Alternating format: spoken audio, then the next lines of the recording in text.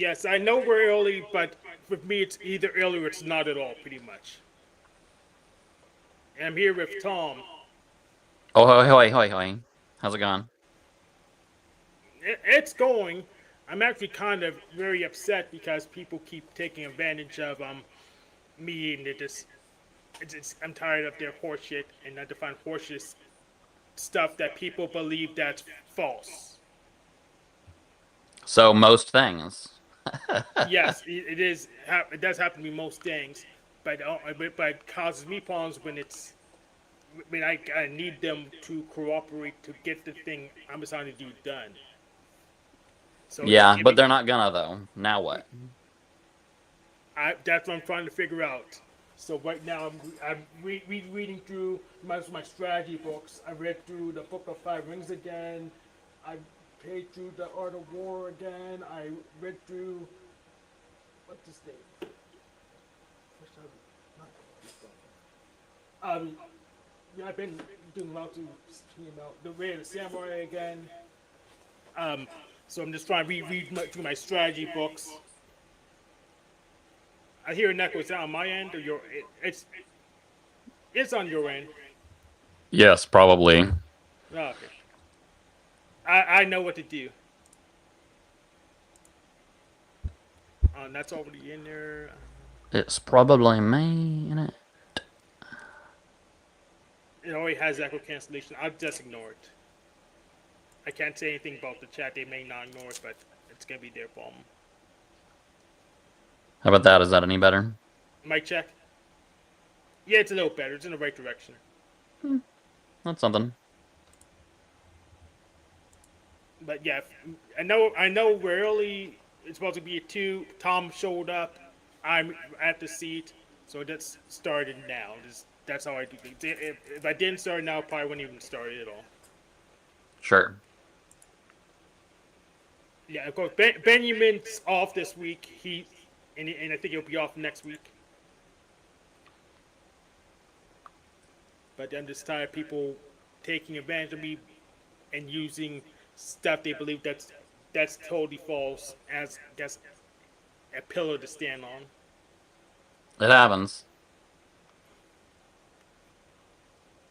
The only problem is that I'm gonna be responsible for some way or another. Then I really need to just figure out a way to avoid those people in those situations.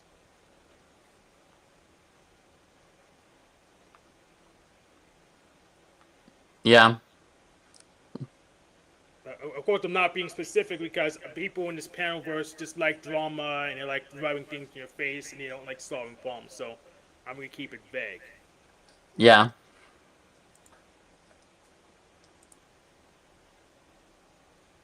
So how have you been? What have you been up to, Tom? Just agentic orchestration, doing getting into all the old AI shenanigans and such. Oh, absolutely. I have a duck.ai window open right now, and I last query was how do I escape my dang rsync because I usually timestamp most of my tarballs. And it's simple of some indirection. So instead of going to the file directly to its name, you have to go back up a level and cite the file in the directory, and that reads it correctly. Yeah, lately I've been using a nested folder structure with year slash month slash timestamp dash whatever the name of the file is, Yep. because I was my keeping all my files nicely time stamped was great, but there's too many dang files in the folder from like multiple years ago. I'm like, organizing it by year and month seems to be a nice you got to thread the needle of complexity. Yes.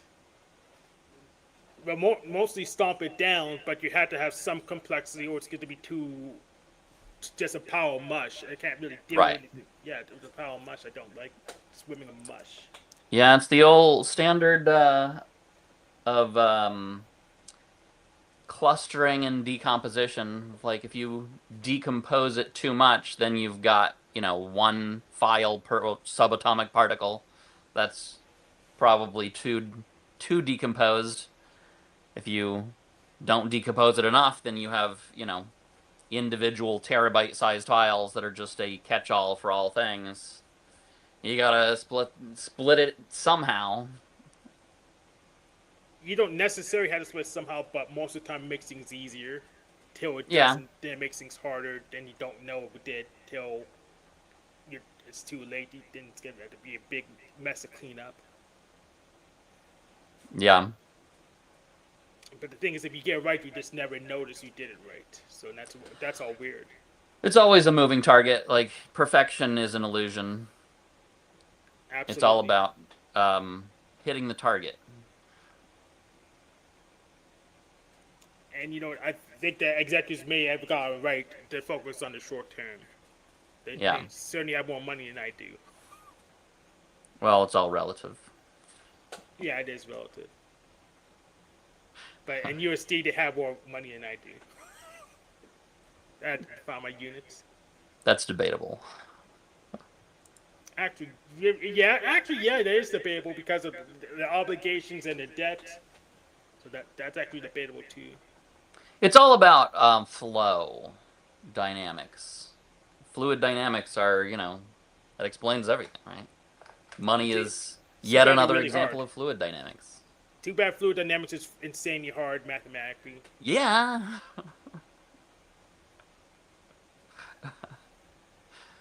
Uh, fluid dynamics, good times. Yep.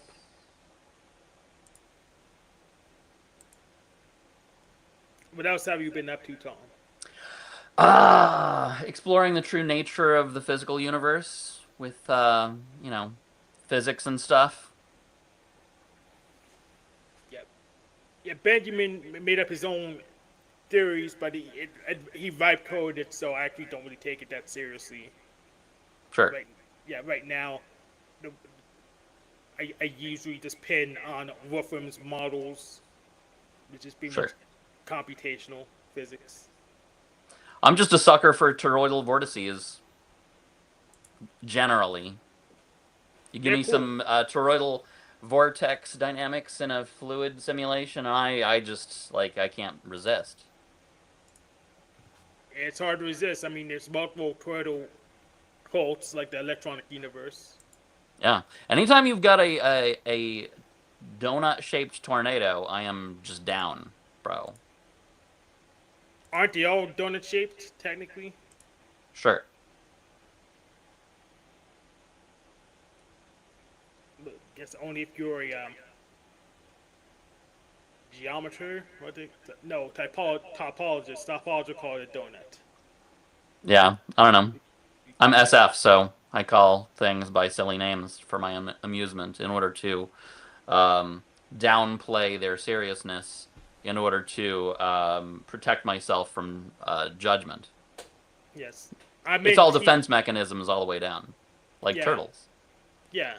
I'm I'm TJ, so I just choose boring names most of the time, just so I can know what they are. Mm.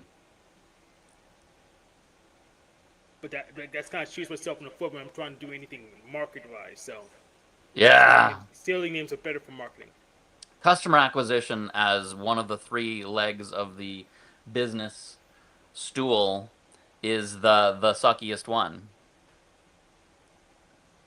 but the most critical.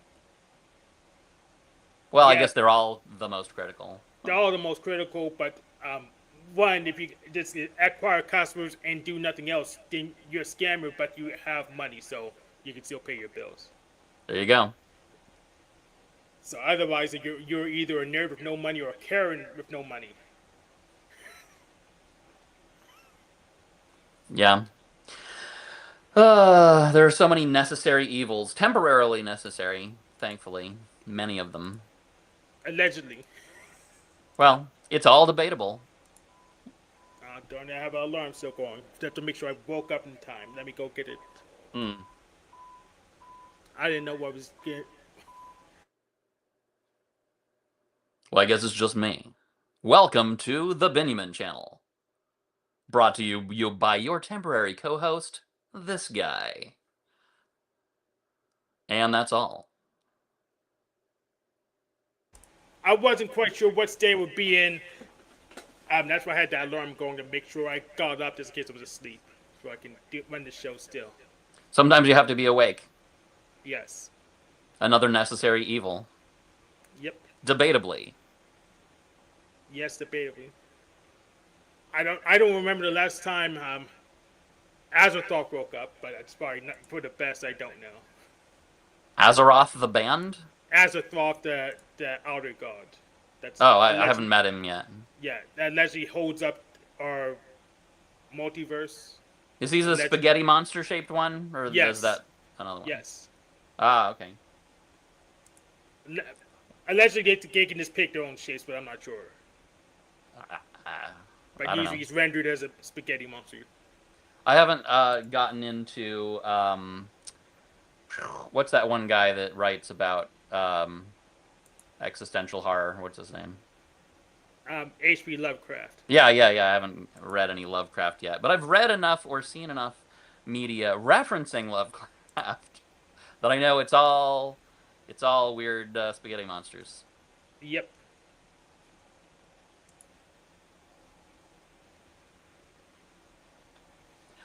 I heard an interesting phrase one time, like, why would an elder god obey humans? That makes no sense. But if you think about it, if ants formed a circle and started chanting my name, I'd at least go over there and see what they want to say.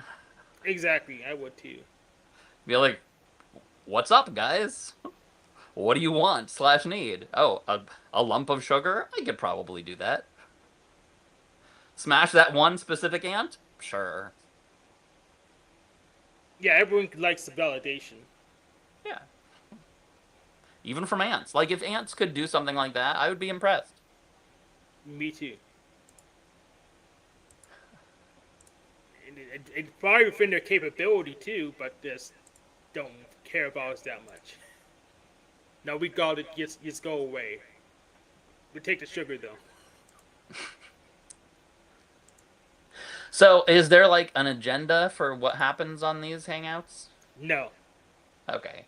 So this is one of the few hangouts that we just talk about whatever, instead of having a agenda like world peace or make money, give me money now. We don't do that here. We just do conversation. Yeah, I think world peas are not delicious. I prefer it when they are unworld. Keep the peas totally separate green spheres, like the mushy peas thing that the English do. I'm not a huge fan when you whirl them. Yeah, I'm not a fan either. Yeah. So, there, we've covered world peas. What's next? Begging for money from the internet, the panhandling stuff. Okay, there's peace in the Middle West. Yes, there is. Yeah. Where is the Middle West? Um, Kansas, Arkansas, Colorado. Yeah. Do they grow peas there? I'm not even sure. Probably. They at least import them. I mean, if you go to the Middle West and you wanted to buy some peas, I'm sure they have them in the frozen section.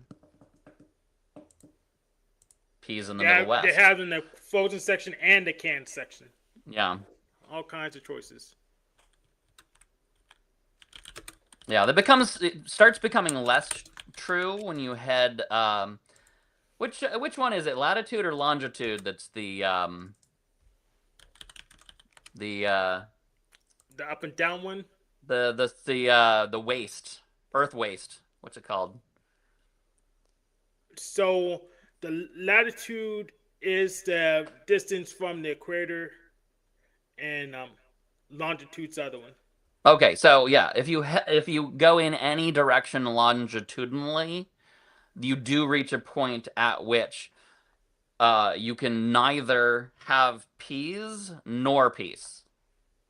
It is a longitudinal uh there are massive longitudinal differences in both of those metrics, I would say. I beg to differ. I'm sure we can get a can of peas too wherever. The general availability of frozen peas, I think, in the Sahara, I'd say, is unlikely to be generally available. I agree.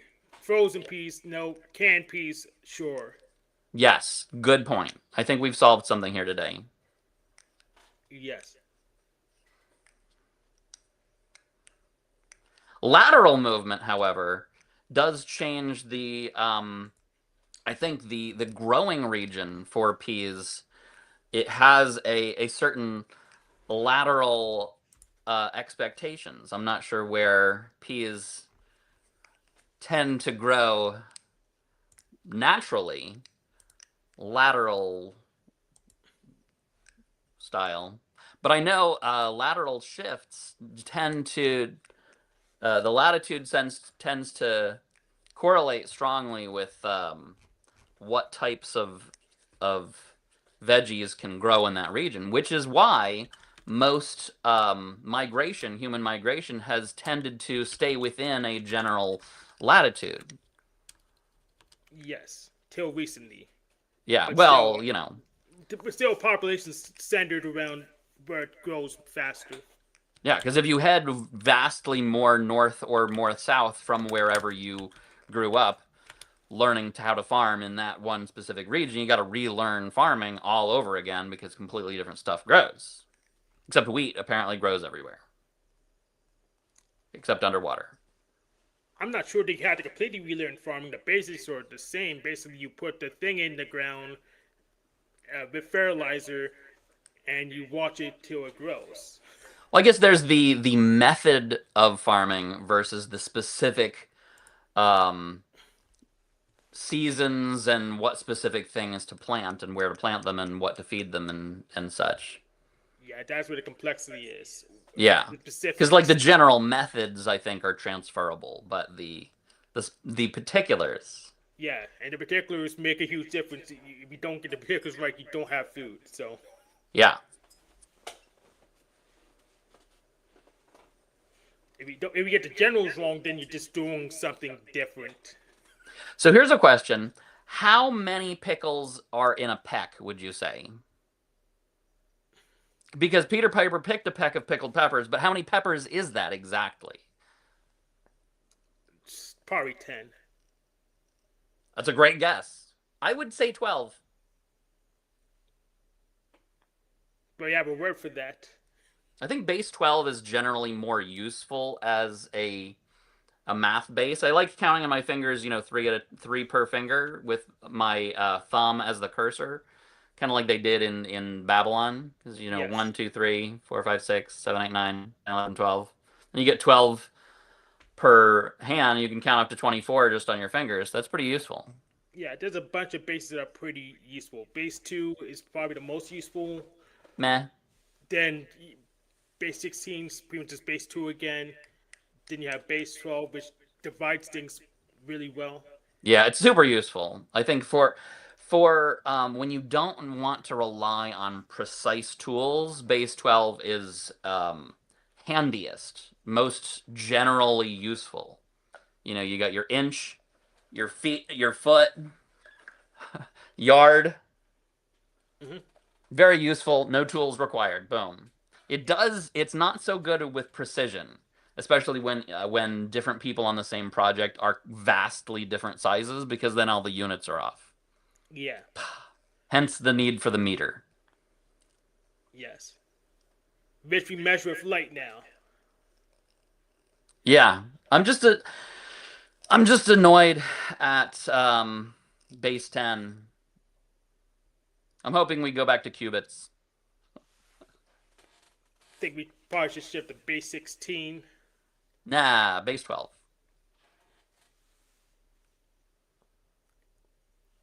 Or base 60 is probably. That's what the Babylons actually use. Base 60. Yeah, but I don't think they counted up to 60. I don't think they had like, digits up to 60. That would just be a pain in the butt. I'm not sure. I mean, the Japanese and Chinese have a lot of characters, so it may not be Eh, that big of a deal. it's all relative. especially in my family.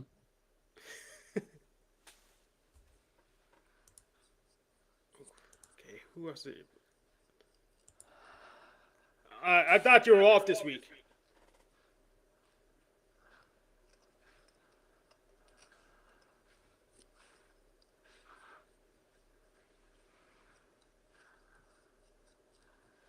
Welcome to Duck Dynasty StreamYard. The Benjamin Show, starring everybody except Benjamin. Well, he'll figure it out. I thought he was off this week, so I just said, well, I already have a guest to start now, so we can start it all. So.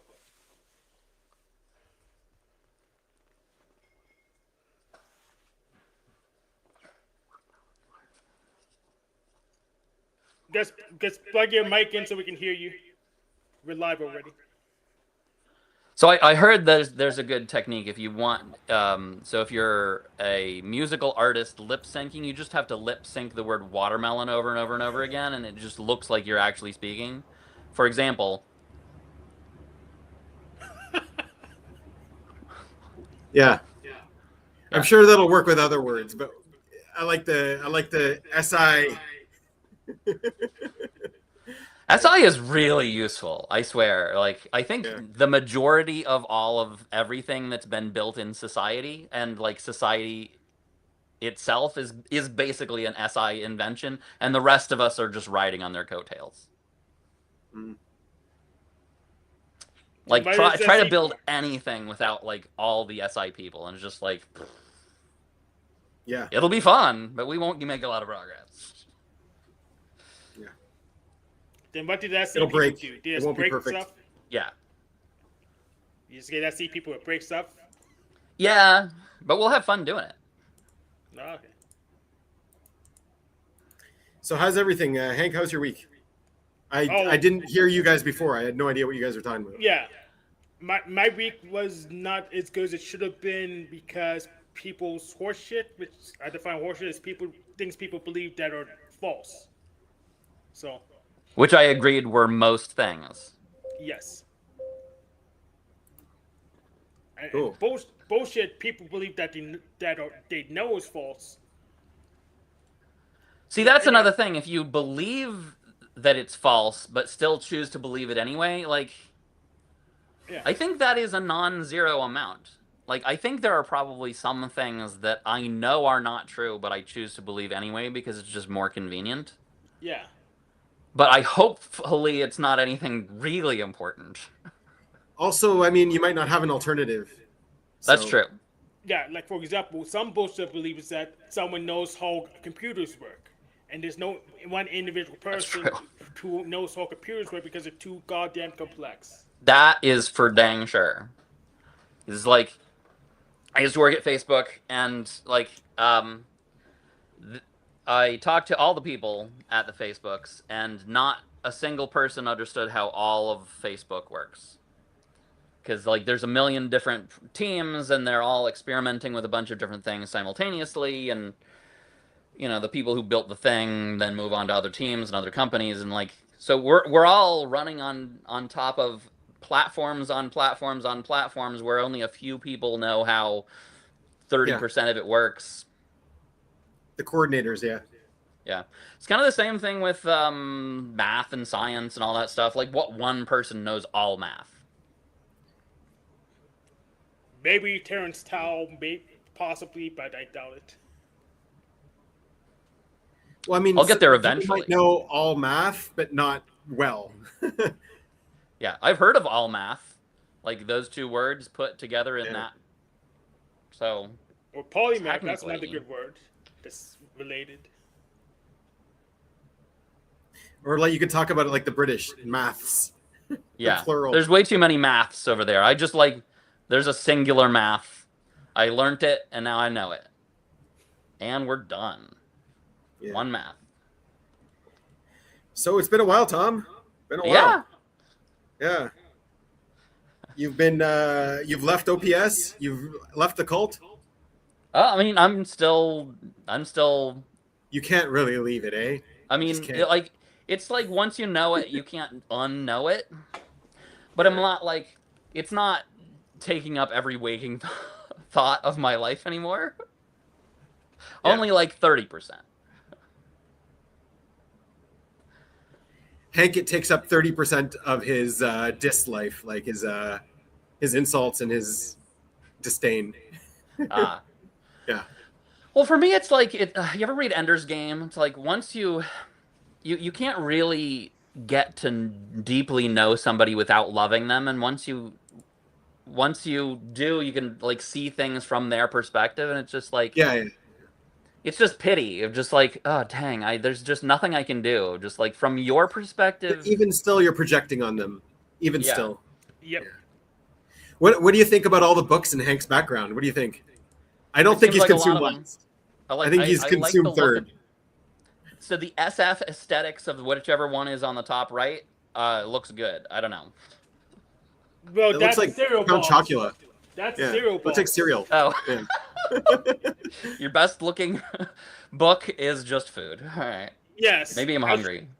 I want to eventually make a platform fighter on a guess a Yeah, fancy in console. the rest of the world, math is plural. Yeah, but Huh. in England they talk about maths.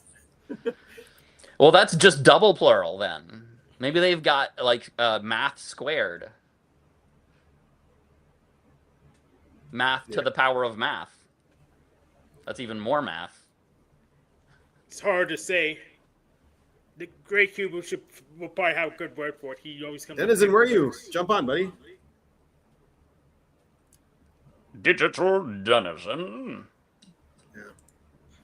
So I see you're a fan of the internet. Yeah, I mean, I'm a Is that card the team carrying you're on? member. You're on Team Internet. Yeah, I'm pro internet. Well, we do need to dramatically re-engineer it because it assumes that ping time is going to stay, sub 20 minutes. So, like, once we colonize additional spheres, then, like, how the heck are we going to, like, we don't want two internets. Like, we don't want Mars to have its own internet. So we No, need we That's right. tried some it. Internet kind is not. Is internet plural? exactly. Yes, Yeah. it is plural. And we have two internets already. China has their own internet, and there's probably there's I have intranets. 3 internet or 3 internets. I would say nets. Just Yeah, like it's a nets. spider web, there are multiple webs. It's a Hmm. spider net, there are multiple nets. Yeah.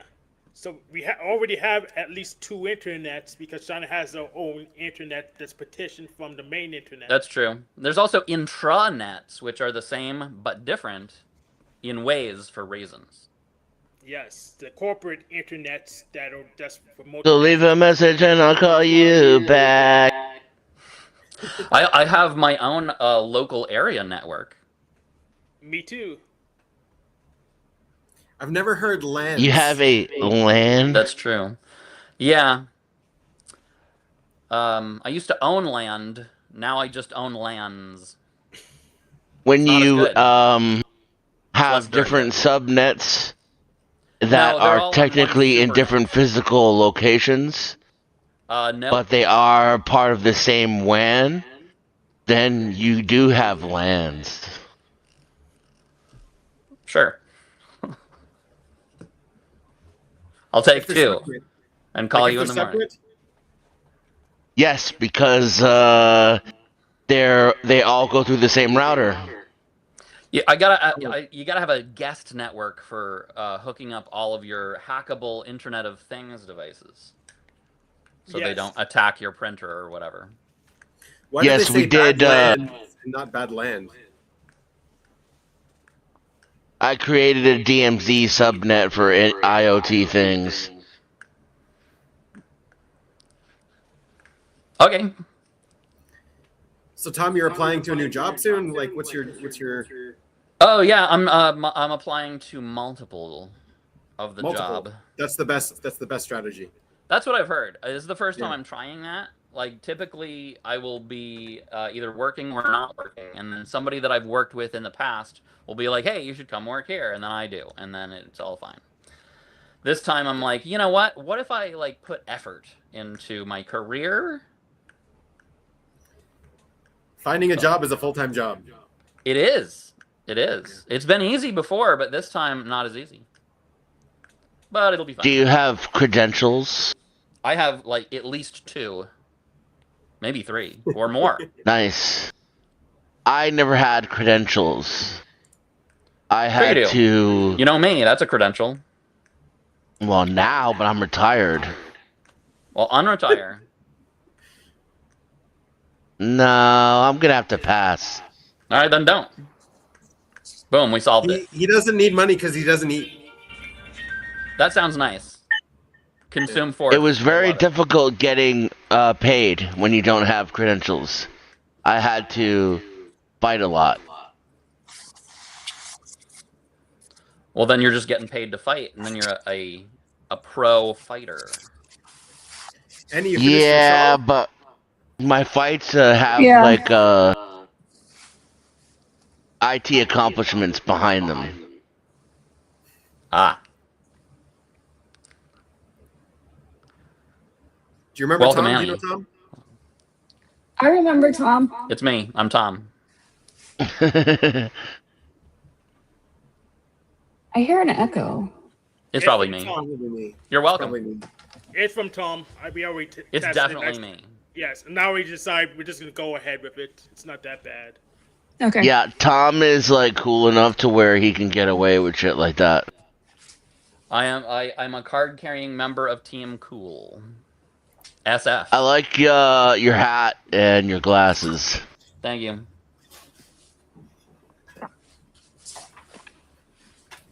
I got a cool shirt too. But I did not like the shirt, so I was just gonna not mention it. wow. Wow.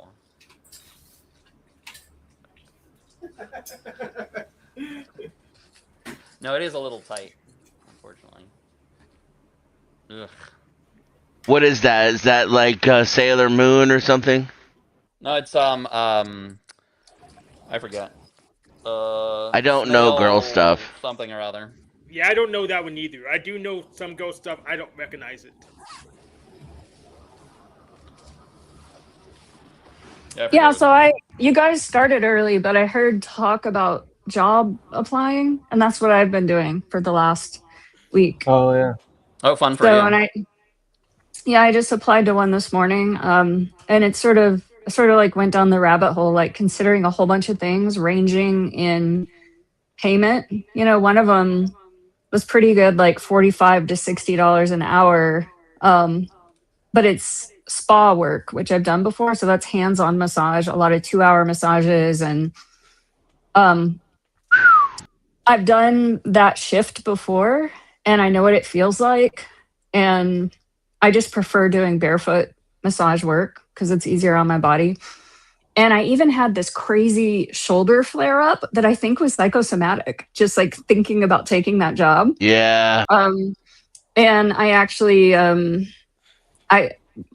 actually drank some opium tea and it released and it never started hurting again. But it was like, I thought I had frozen shoulder. It was like really bad. Oh, you got the Savior double masculine SF sleep. I know all about that. Yeah. So, yeah, and then the other job I talked about last week, I applied for, that I was talking about, some cleaning janitorial. I did get a call back for that, and I looked at where it was on the map, and I didn't want to do it because it was like a 20-minute drive both ways, and I didn't want to. I'd have to like buy new tires in order to take the job because I really need new tires. Well, this morning there's another similar job. It was like 36 an hour, doing laundry and sanitizing protocols and housekeeping in a care home facility that is a block away. I walk past there every morning on my morning walks, and when I walk by, so many times I've thought there's got to be a way I can work there, you know, because it's like just right That's there, a big and deal. you know, surely they need me. And the other thing is that I even applied. I used to be a CNA, a nursing assistant, you know, years ago. And I actually applied for recertification, like CNA training. But then I did a whole bunch of research, and I was like, you know, I don't want to do this. It's a really toxic work environment. I watched a lot of YouTube videos of people who do this job, and like, I don't want to work with those people. It's like, it's this whole like hierarchy, pecking order. Nursing is really toxic, and that CNA, that's 22 something an hour, you know. And so this other one, I would rather do laundry and clean for 20 an hour than make $2 more and be a CNA, you know. Yeah. So Yeah. I really, really want that job, and I hope they contact me. Like, I have really strong history of like cleaning and janitorial work, as well as like, you know, massage and, you know, even being a CNA, being familiar with that environment. But like, I would just walk there every day, Yeah. or That's a big two or deal. 3 shifts. Yeah. Like, So just, I would look for like 2 shifts, ideally, potentially 3, and then just continue to do my massage therapy practice. Yeah. I'm thinking about it like lifestyle design, like being able to just like the misery of a commute is worth its weight in gold. Like, if you could weigh the misery of a daily commute Mhm. in physical weight, like, what is it worth? Like, it's It's worth huge at for least $2 an me hour. because, like, one of the things that people always make fun of me is that I have this really small radius life. Like, I live here, I work next door at my massage Your office. AI tells you that. Yeah. Yeah, the grocery store is a block away. I just really don't leave my neighborhood or drive my car very much at all. So this job would just fit perfectly into my life. That's Yeah. actually a major flex, because that could cut down on, like, you could get rid of your car. Yes. No, my partner won't let me do that because he says as soon as I get rid of it, then I'm going to be asking for rides everywhere, which is I probably put like true. 2,000 Yeah. miles on my car a year Wow. Yeah, when I was I working don't. like five Yeah. There's a 5 minutes service from now, work, like, 7 during traffic. where you can rent a car. They'll drive it to your house, drop it off, and you can like rent a car for the weekend, like if you Hmm. wanted to do. So that's what I'm thinking Well, about doing, is becoming a 0 car family myself. yeah.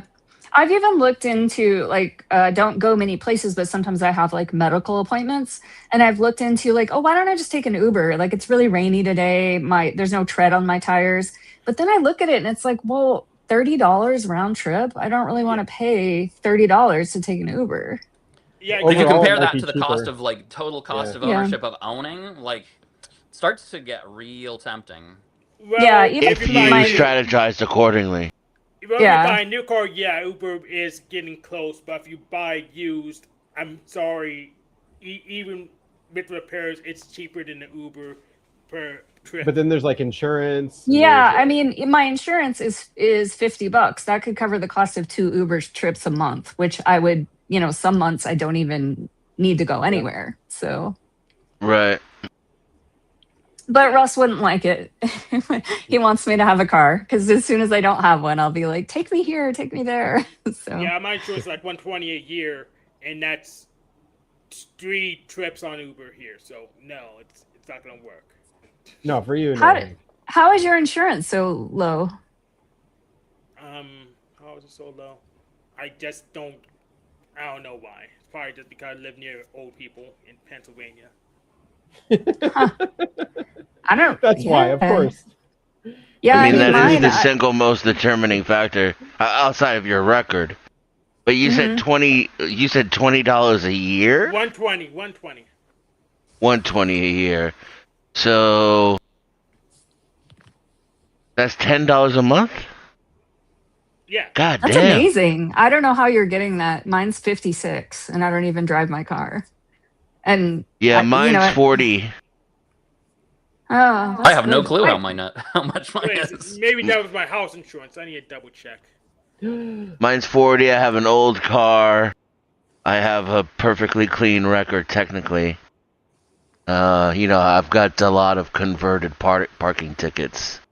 Converted parking tickets. What does that mean? What do they convert into? So whenever, like, I went through a speeding kind of thing when I first got my car. I mean, in general, I speed. I just don't agree with or obey the traffic laws. And then I became someone who didn't speed, is the more accurate way to put it. So back when I was getting caught speeding, It's a good identity I would change. just hire an attorney to And so what the attorneys do when they negotiate those things is they go into a side room of the side of the court, and they sit with the prosecutor, and then they negotiate fines for like hundreds and hundreds and hundreds of speeding tickets at once, right? So like he'd be like, here's like 20 or 30 of my clients that have very unserious speeding infractions, right? And the prosecutor will be like, okay, we'll knock all those down to parking fines, right? And then I pay the attorney, $70, and then I pay the city $70, and it's still less than the speeding ticket would be, and I don't have any points on my license. I have never gotten a speeding ticket. Well done. That sounds really inconvenient. I think I've had two, and one time I almost got in. It could have been worse. The officer was so nice, but I was like having this rage. I was like really, really having an attitude, and he was trying to give me a ticket and like asked me, why are you in such a hurry? And I was like, because I have to fucking pee. I was driving really fast because I needed to pee. And I just had this like rage, and he was so compassionate with me. It could have been bad, but Yes, so double that check. never happens to me. I'm paying exactly 73.52 every 6 months. So God damn.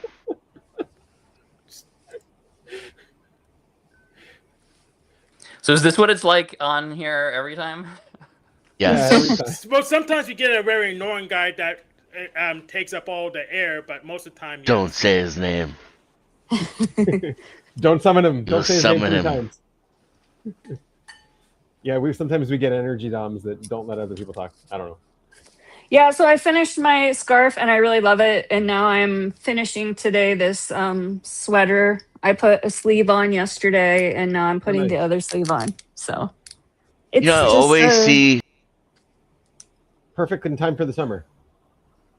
Well, no, you have to. Yeah, I know. This took me Yeah, 3 yeah. weeks to make. I got to plan ahead for fall. yeah. Yes, Exactly. exactly. Fall's Yeah. gonna happen really, really soon, sooner than you think. Man, imagine Yeah. having Save Your Sleep, actually preparing ahead for things. I need like 1% of that. Yeah. I mean, I she's see. preparing for a Always see funeral, you I am. making Yeah. crochet, and I always see you wearing t-shirts. Oh, well, okay. So where I live here is 410 square feet, and I basically live in a kitchen. So everything in this building smells like onions and bacon grease, and there's like grease on everything because it's such a small space, even though we have a vent above the oven. And so I make stuff like this over here, but then I wash it and I never wear it inside this building. I, wash it and take really good care of it, and only wear it at my office or going out. So yeah. Smells great.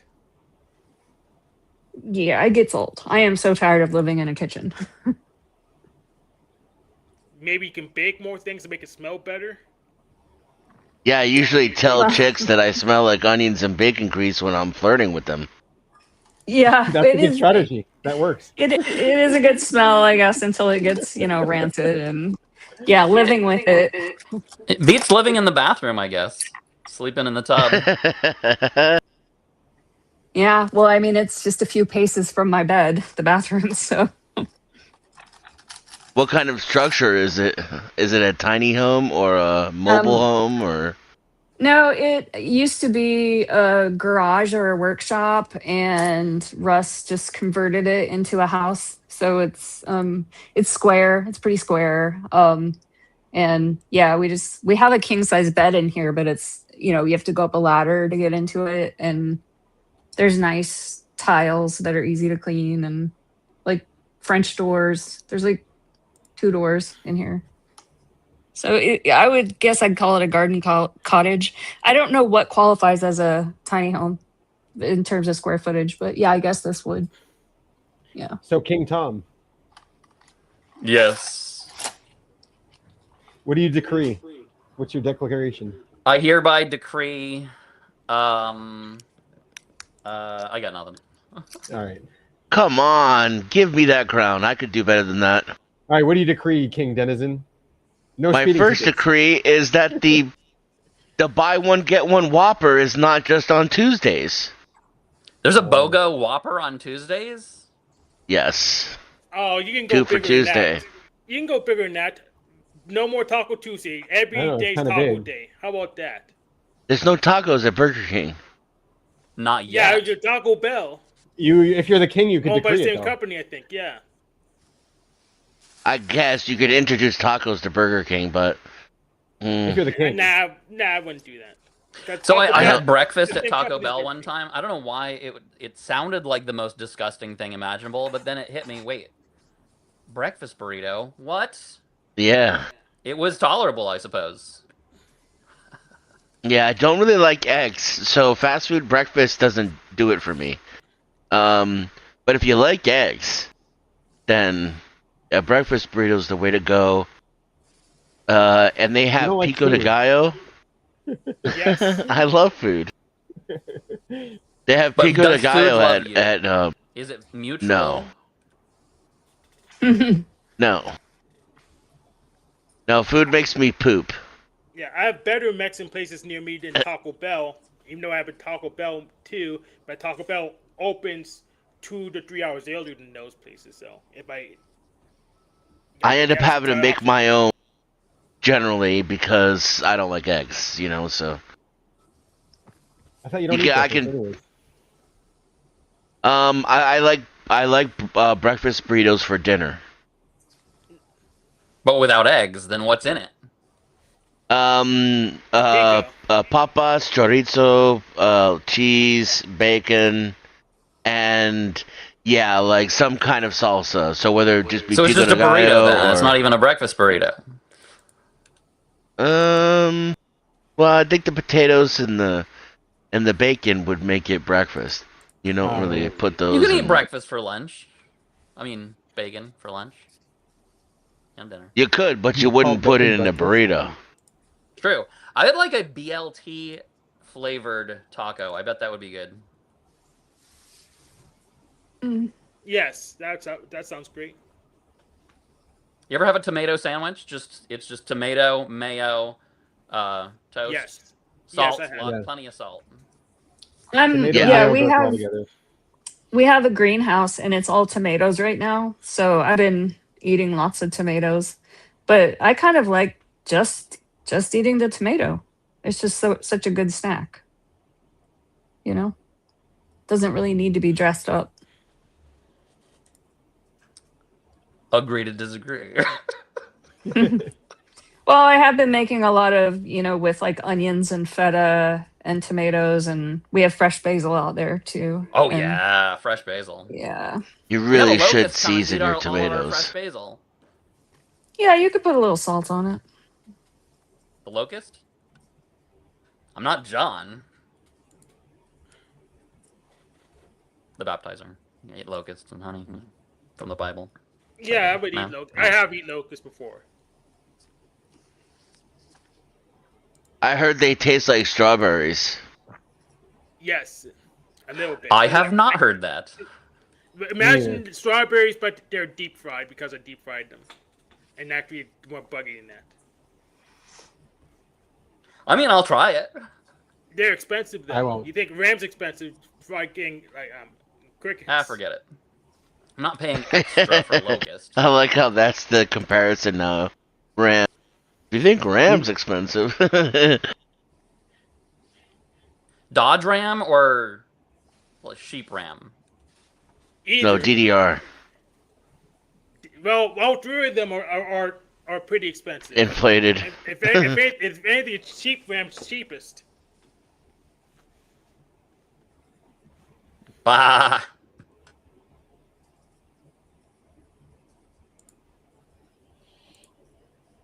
So Yeah, how but have you been, dealing- Denizen? It's been a while. How's the panelverse going for you? Been dealing with an ear infection, so I haven't been doing a lot of paneling. Uh, And my have you solved things with Taylor?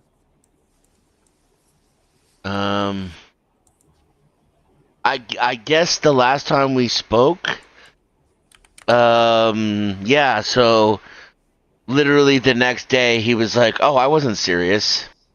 You take me seriously too much." I was, yeah, and I was like, oh, okay. So you were right. He just didn't want to lose the argument, so he kicked you off. I Yep. don't even remember what I said at the time.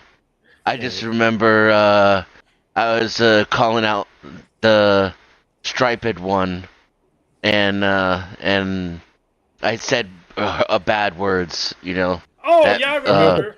Yes, you caught him trafficking Epstein Islanders because you did that sting operation, and instead of reporting the Epstein Islander that threatened your daughter, he was trafficking them like he was an underground railroad operator. Yep. Tom? Do you know anything about the Penalverse? Do you know what Penalverse is? I have no idea what the hell you people are talking about. Excellent. It's the That's world a that good Hank thing. and Denizen come from. Yeah. So I'll tell you what it is. So you operate a social media platform.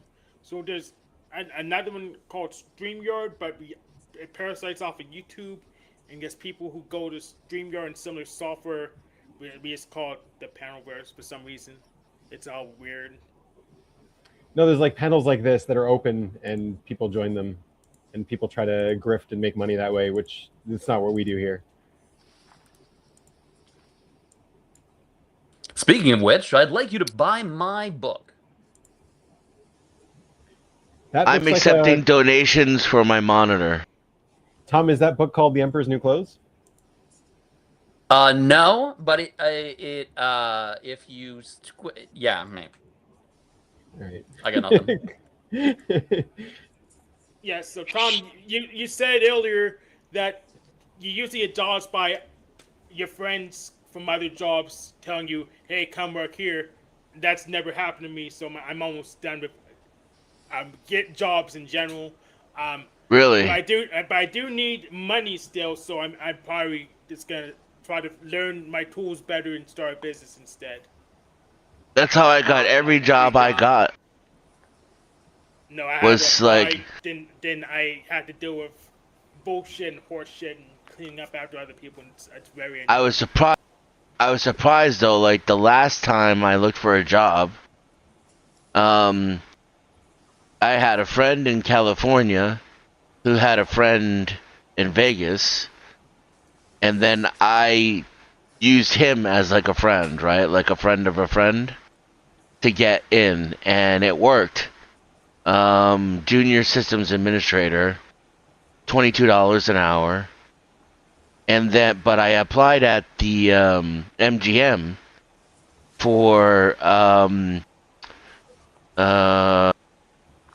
Microsoft Exchange admin, $22 an hour, and I got it.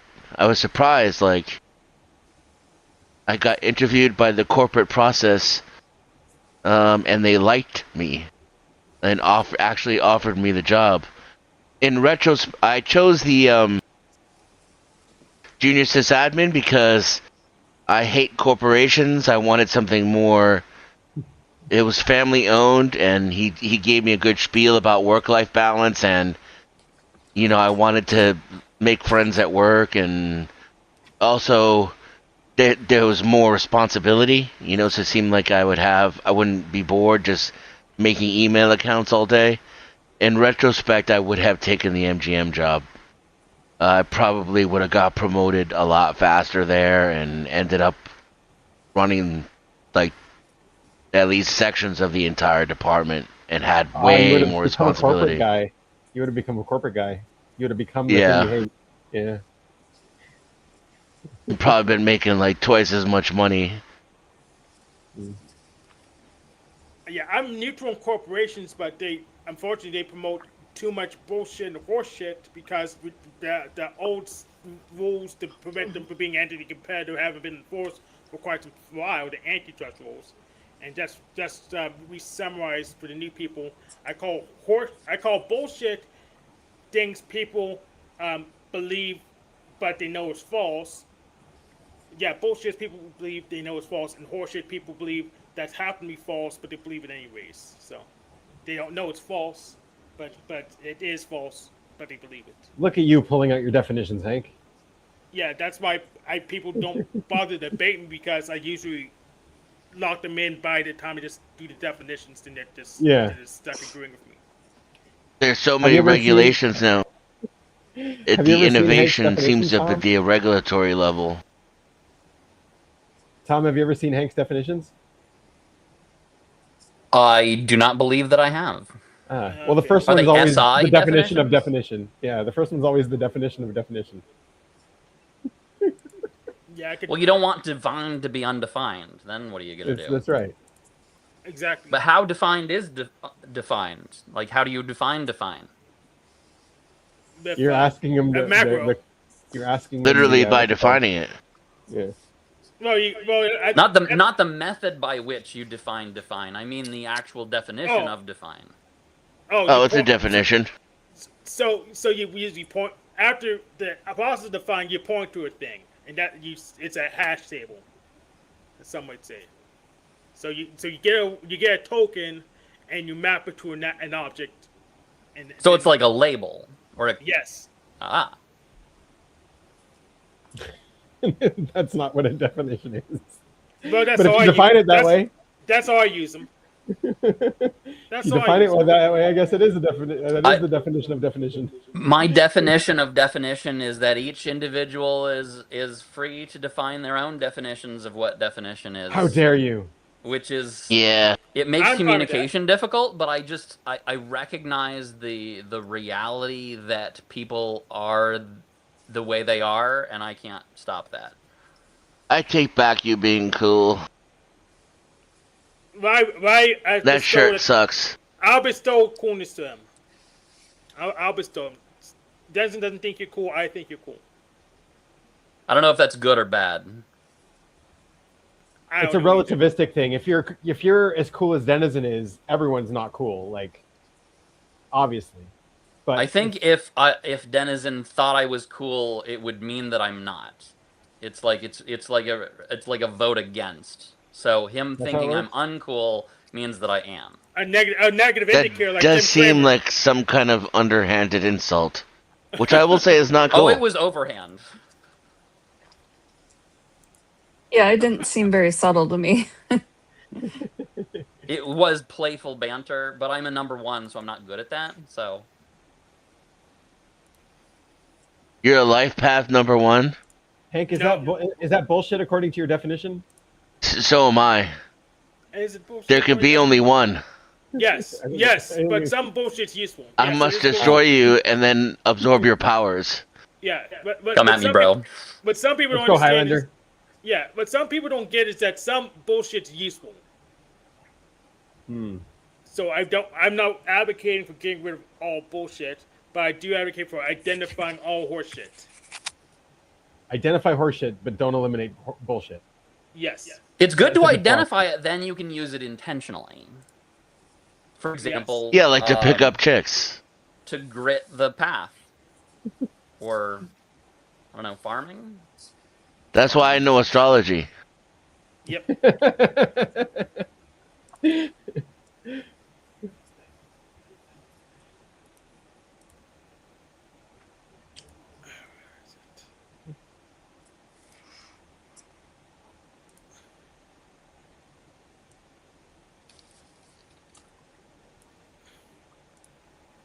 So what's going on in the Panelverse, Hank? Did you go and meet with your old friend? Yeah. What's his name? Pony Boy. I talked to him.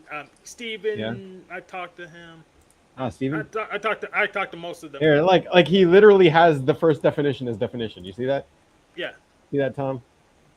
Yeah, I may have a debate coming up soon, so I'm gonna have to finish this and probably put a website for it so I can get debates on this faster. Or no one debunk exists to have a location. I would say the answer to that question is sure, you can do whatever you want. Exactly. Ain't nobody gonna be able to stop you. Exactly. Abstract entity has to have more than one location. What if it just doesn't have a location? Then it doesn't exist. But it's still an abstract entity then. No, it can't. No, it can't be anything at all. Like, what about a ghost? That's an abstract entity. Well, there's a band, there's a guy, what's it called? Oh, shock show host. There's a group of creatures. So an abstract entity is like a quantum particle superposition. Yeah, or Okay. just I think that exists in more than one location. Like a what was something 7-Eleven. So there's more than one 7-Eleven. 7-Eleven is an abstract entity. I got you. Yeah, but there's specific 7-Elevens. So that would be like a class versus an I'd say instance. it's general. Yes, 7-Eleven is a general entity, not an abstract entity. I didn't define that. So Oh, okay. All right. So then we can't use it if it's not defined. well, I didn't define. You can define it, but I use abstract entity for those things. So do you have a shared standard of definitions, or is this unique? So here's the thing. I'm kind of libertarian on definitions like you are. So I want to at Like least you are? know. Yeah. So I want to at least know what I'm saying. So if someone so if someone else disagrees with me, well, they'll be obligated to present their own definitions, and we can fight for which one's the best one. So I guess if you we have have any different definitions admiration, of obligated. Hank, if you have any admiration for anything, then you are worshiping a god. Yep. That's how it works. Okay. According to his That's definition. Yeah, according to the definition of God and worship. Yes. Well, how do you define worship? There, right there. It's on the page. Why can't you read? Yeah. Oh, it wasn't alphabetical. Sorry. Yeah. Yeah, I didn't make it alphabetical. Just I did by just context. Well, how do you define reverence and dedication? It's anthropology's job. I had to outsource some of it. You can analog by trying to count, I guess, references in an anthropological record, but it's anthropology's job to figure out what's worship.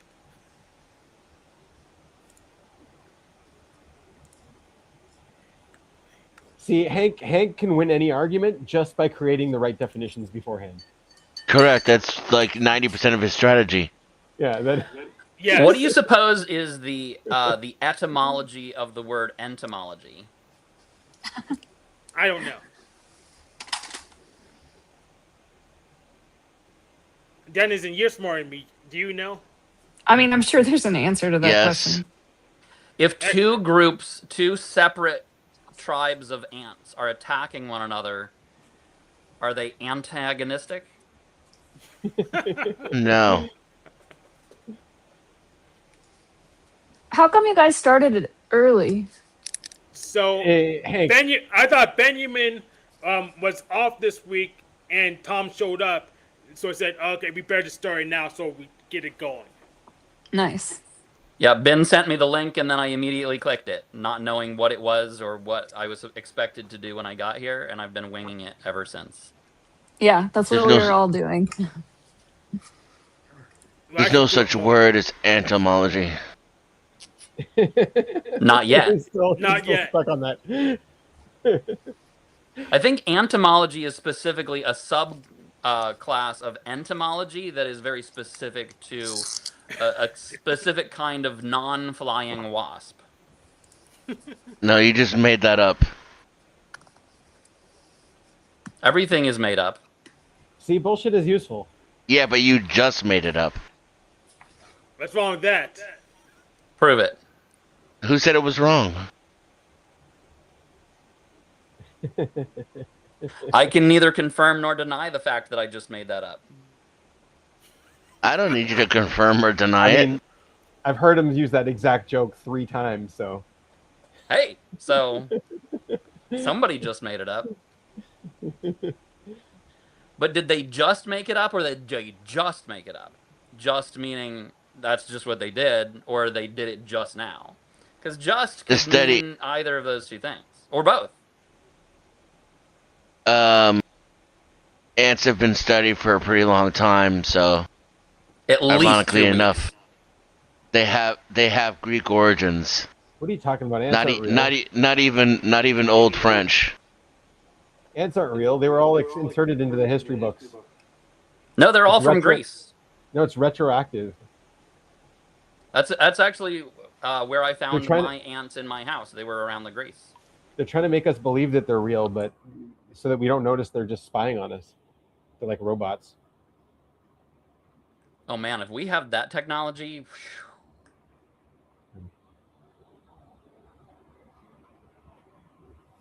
What do we have here? Do we know this person? Rebuke and reprove. Actually, I met them, All right. but they're still in the chat. So, but Have yeah, you I seen met. your buddy Jack this week? Yes, I Yeah. was there Did you yesterday. did you tell him about our live stream last week? How we spent the whole one bashing him? No need, No because he need. was. There's plenty of people bashing him harder at the time. There's no need to tell him. All right. He's already pretty distracted. Okay. I mean, he's low hanging fruit. He's a very unstable EJ. It's very easy. my ears are burning. Yeah, I'm a far more stable EJ, so I'm You're not an I'm- EJ, Hank. I'm think still I'm- offended over entomology. Yeah, you think I'm an IJ. The thing, Benjamin, is the last time I did a MBTI test, I tested EJ, and I was always borderline. Every time I test, I was borderline. That's right. The sensory proof proves you're an EJ, so you're an EJ. Fine. My MBTI test always comes up INTP. That makes sense. Hey, yo, what up, homie? Yeah. So But he's not an INTP. It's debatable. It depends on the system you're using. exactly, it does depend on the system. If you're using a system that's based on logic and reason and reality, then definitely not. But if you're using MBTI, then absolutely I am. If you're using a test that says you're what you are and you're trusting the test, then yes, you're an INTP. Yeah.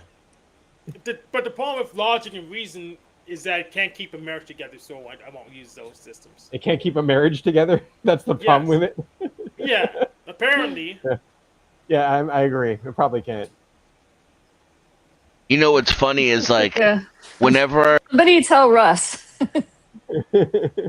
Less logic.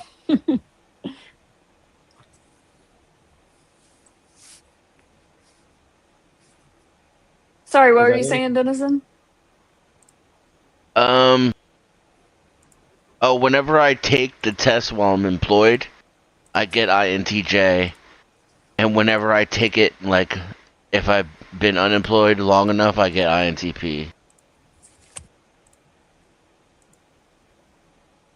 So you become more responsible when you're employed. Yes, Yeah. more competitive. Makes sense. But your personality doesn't change, just the test results do. Interesting. It's like I prioritize certain things to change the test outcome. Because the test isn't really testing for cognition. It tests your preferences. Exactly. It's Right. testing your preferences, where you place your value. Interesting. And that's why Tom That's gets like a INTP. real-time demonstration of that. Well, I got double observing Was that a with bird? masculine Did NI, I just see a bird fly by? which creates fake NE. And I'm totally an introvert, right? So, Yes, of course you're an boom, introvert. TI, Tom. solved it. Does You're Hanny literally have dancing birds? with a king's crown on your head. Yeah, but they Introvert. didn't have live streaming in the 90s, so Uh, They didn't have live streaming for you in the 90s. You're do they have it muted. for you, it Hank? depends on your definition of they. Mic check. Who's muted? Watermelon, Annie was. watermelon. Yeah, I thought what are I you saw saying a bird about in her house. Probably not. Like- We have a lot of flies. Some of them are pretty big. Oh, there's a fly on the top of my laptop. He probably flew close to the camera or something, maybe.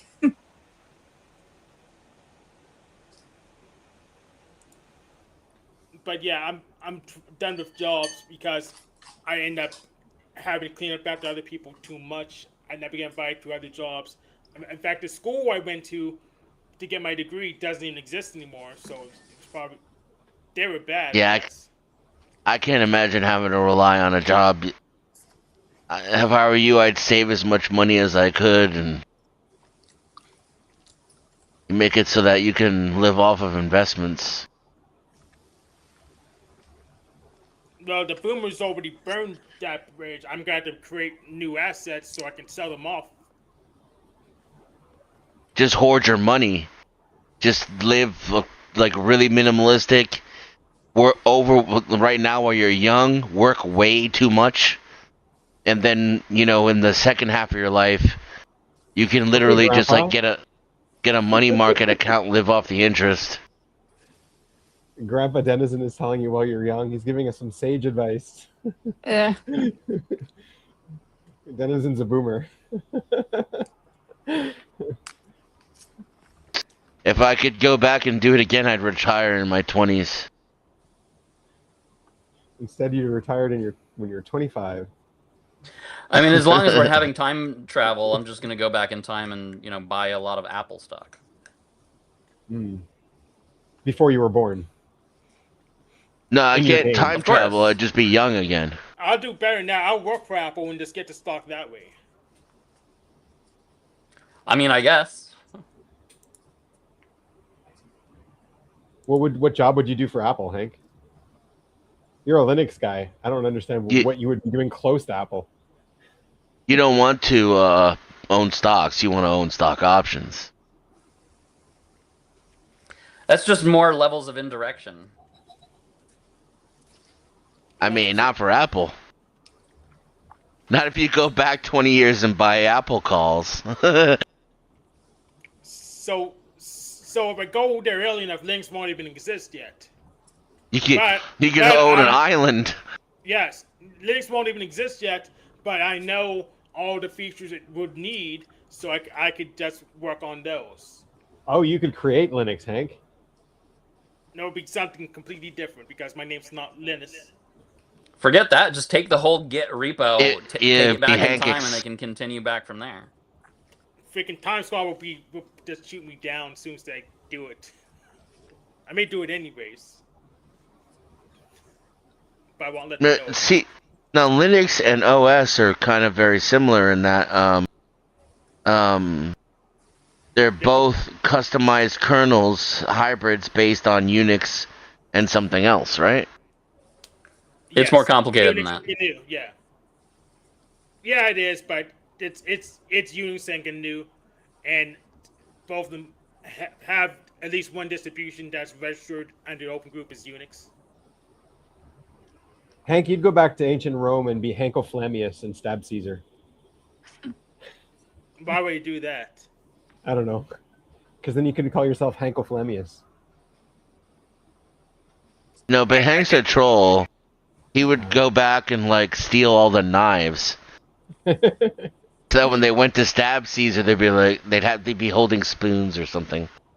Yeah, I probably would do that. For Discordia, of course. I'd go back in time and invent the Caesar salad before Rome, and then call it the Tom salad. Would anybody eat it if it were the Tom salad? We'll find out. No. Do you know why it's called the Caesar salad? Because Caesar killed Tom and he called it after himself. It's because of the hotel called Caesar's. Yeah. That's where they invented it. I think that's right next door to the Cobb Hotel. Yeah. What was July called? No, before Cobb Julie? was actually a farmer. That was his real name. He invented that No, salad. you're thinking of corn on the. Negative. No. Somebody sent this guy a video on entomology. It's the study of women who marry your uncles. Yes. So, as we were saying, most jobs don't really pay your money now. So working really hard at a job would just Jobs don't pay you money. They're really bad. It's really hard to make money with a job. Inflation's so bad, the minimum wage is now negative. You got to pay them to show up. Yes, pretty much. Actually, working hard was a bad way to put it. Working hard doesn't get you any more money. You just want to use most of your time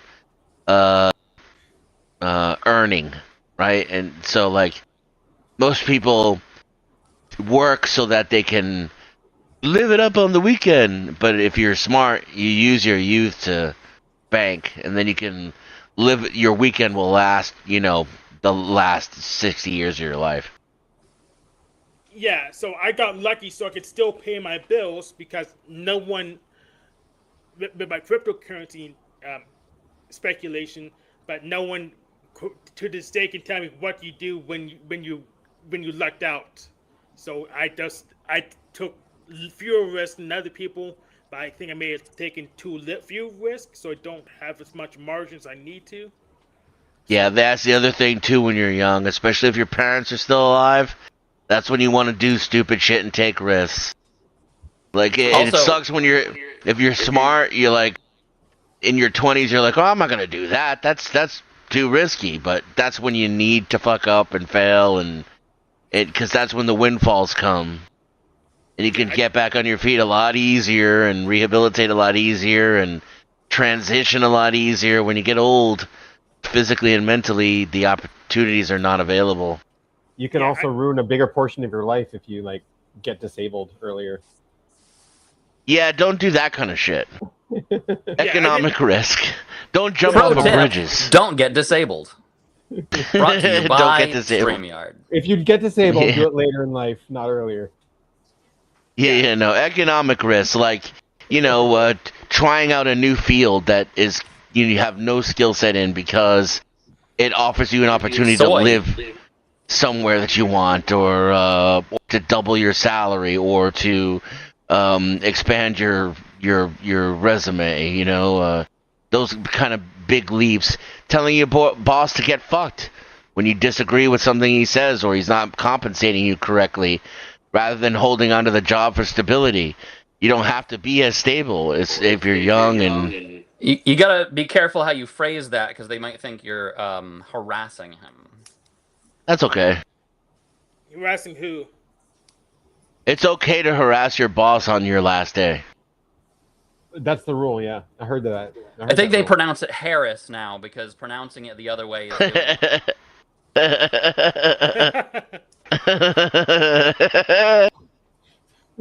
He liked that one. He didn't like the ant one, but that one he liked. Yeah, I said that at work one time. HR did not like my joke at all. No, because They felt like ants it was are ancient. harassment. They don't like any Yeah, jokes Kamala at all harassment. yeah, they don't like any jokes at all if you don't have the right title. So if you were like an executive or a senior whatever, they'll all your jokes are funny, but otherwise they're not. Oh yeah, that's the other thing Money and too. power, Is like, baby. ask for titles. A lot of companies will just give them to you. Yeah, I have a funny story about that. There was a guy that I worked with at Facebook back in the day, and you could just go in and just change your title to whatever you want. And he did. He changed it to something random like Grand Poobah of Tech or something like that. And then later on, he left the company. He was getting hired for a new job. They did a background check, and it came back of like, no, senior software engineer. No, that was not your title when you were there.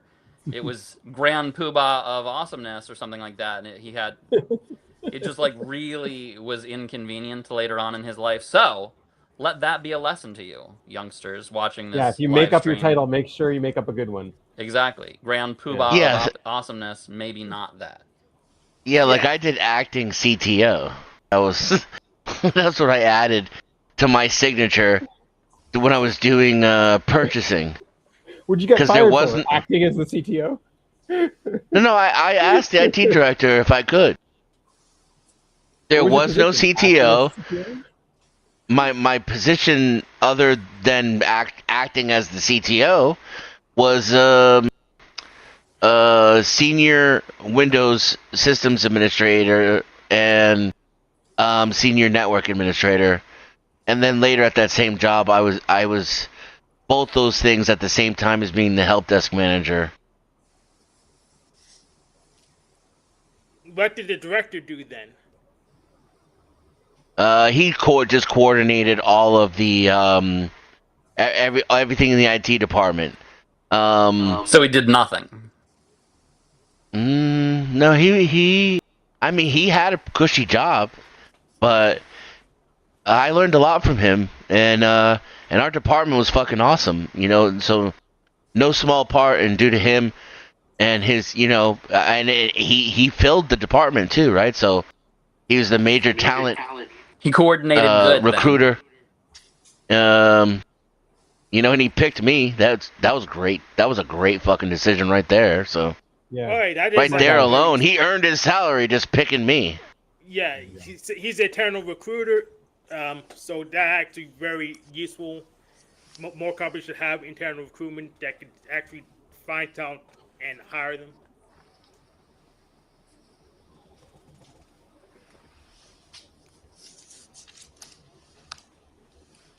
But yeah, my jobs were sucky, and right now, the inflation's so bad, I'm slowly losing money, rather than gaining it. So, so what I need to do now is just master a couple of tools. I'm thinking. What's your dream job, Hank? I don't dream of working. Unemployment. Good answer. My man. I yearn for the mines. Yeah. So I don't dream of working, but I want to master like 2 or 3 tools. So archiving. So just the tar, the PGP. Yeah, but you would archive anyways, even if you didn't get paid for it. What kind of archiving? He told you, Tar. Restic. So PGP. Restic. Yeah, but what is in them? That's not my stuff. Just problem. list file formats. That's not my problem. I'm gonna actually make that not my problem. So you're just gonna compress files. This is your dream. No. It's something everyone needs eventually, and not everyone even understands how to do it. You know what? They also eventually need diapers. But I'm not Everybody. in China. I can't make diapers. I don't have the tools. That's true. It depends on the level of diaper we're talking about. It depends. Maybe any. Nice. I don't have the tools. I can't make diapers. I can't make RAM. I can't make processors. I don't have the tools. Sure you can. Have you tried? Yes. He could say that something's a processor and bullshit. I have actually looked into making my own processors. It is non-trivial. Excessively non-trivial. Yeah. I met a guy that worked at IBM in their chip fab and talking to him all about it. It was very interesting. He retired 20-something years ago, so it was like older tech, not all the high, purple laser light shenanigans. Yeah, the printing and the etching and the transistors is the only thing that's changed, really. We still use the same fundamental processes, which is kind of meh. Not the $2 billion machines? The ultraviolet lithography is a little different. Mm-hmm. Yeah, I have plenty of breadboards. I'm just not really good at that. So. Oh, yeah, making a processor and a breadboard, that would be good. Well, how would you make one? Probably back to silicone, yeah. It's already tested. In a lab? With? Breadboard. With a breadboard. I prefer cracker board. You'd put it into a testing motherboard, yeah. Yeah, you do on a breadboard. Then you get the motherboard once you got enough to fab it.